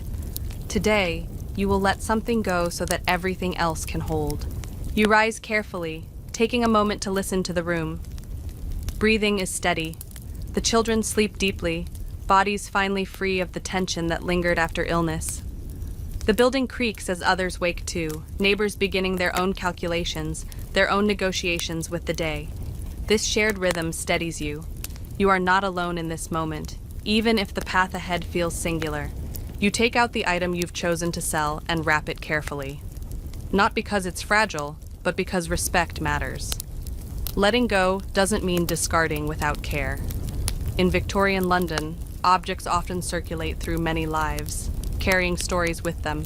You imagine where this one might end up next, serving someone else's need as it once served yours. Outside, the air is sharp and clean in that deceptive winter way. The sky is pale, undecided. You walk with purpose, not rushing, not hesitating. Pawn shops are already open, their windows crowded with goods that tell 1,000 quiet stories of compromise and necessity. You enter without drama. This place is not shameful, it is practical. The transaction is brief. The pawnbroker appraises, calculates, offers. You accept without argument. The sum is modest but sufficient. enough to settle what needs settling, to restore a small measure of balance. A historical fact grounds the moment. Pawnbroking was a cornerstone of working-class financial survival in Victorian cities, used not as a last resort, but as a recurring tool. Redemption was hoped for, not guaranteed. You keep that in mind as you pocket the coins. Leaving the shop, you feel lighter and heavier all at once. The weight of the object is gone. The weight of responsibility remains. That's expected. You don't linger on the feeling. Lingering doesn't help. Action does. You move efficiently now, paying what must be paid, smoothing what can be smoothed. Rent first, always rent. The relief is subtle but immediate, like pressure easing from behind the eyes. Disaster has been postponed again. Not avoided forever, but pushed far enough ahead to keep moving. In this world, that counts as success. Back home, the news is received quietly. No celebration, no lament, just acknowledgement. Plans adjust one last time, settling into a configuration that feels stable, at least for now. The children sense the shift even before you explain it. Tension loosens. The household breathes easier. There's an academic debate about whether hope among the poor was future-oriented or situational, whether people like you hoped for change or simply for continuity. Sitting here, you understand the answer isn't either-or. You hope for continuity so that change remains possible. Without continuity, hope has nothing to stand on. The day unfolds without incident. Work appears briefly, enough to matter. Food is prepared, shared, eaten. The fire burns low but steady. Ordinary sounds fill the room. Nothing dramatic happens, and that feels like an achievement. Crisis has a way of making quiet feel luxurious. As afternoon fades, you think about the year ahead, not in terms of goals or resolutions, but in terms of endurance. Winter still has time left to demand its toll. Illness may return, work may disappear again. None of that is abstract, it's expected. And yet, you've carried yourself this far, through Christmas, through sickness, through debt balanced just enough to breathe. There's a quirky belief you recall hearing, that how you enter the new year determines how it treats you. You don't put much stock in superstition, but you like the idea of thresholds, of moments that mark passage. If this is a threshold, you cross it not with celebration, but with steadiness. Evening settles in gently. The room feels familiar again, not strained, not braced, just lived in. The children talk about small things, games, errands, imagined futures that cost nothing to imagine. You listen without correcting them, without tempering their words too much. Let them dream within reason. Dreams don't drain resources. Despair does. As night deepens, you prepare for sleep with an unfamiliar sensation edging in. Not comfort exactly, but equilibrium. Things are not good, but they are workable. That distinction matters. You've earned it through dozens of quiet decisions no one will ever record. There's a final scholarly argument that lingers invisibly here, whether survival itself can be considered a success in systems designed to grind people down. From the outside, the answer might seem bleak. From the inside, it's clear. Survival is not passive. It is active, deliberate, skilled. You lie down, the city humming faintly beyond the walls. Tomorrow will come with its own demands, and you will meet them as you always have. Eyes open, expectations measured, resolve intact. Christmas is now firmly behind you, folded into memory alongside illness, debt, warmth, song. It has done what it could. The rest is up to endurance. As sleep takes you, you feel no grand sense of hope, no promise of transformation. What you feel instead is quieter and stronger, a confidence born of having lived through what should have broken you and finding yourself still here. In Victorian London, hope is not ablaze. It is a coal carefully banked, kept alive through attention and restraint. Tonight, it glows steadily in the dark, enough to warm the space around you, enough to carry you forward into the new year.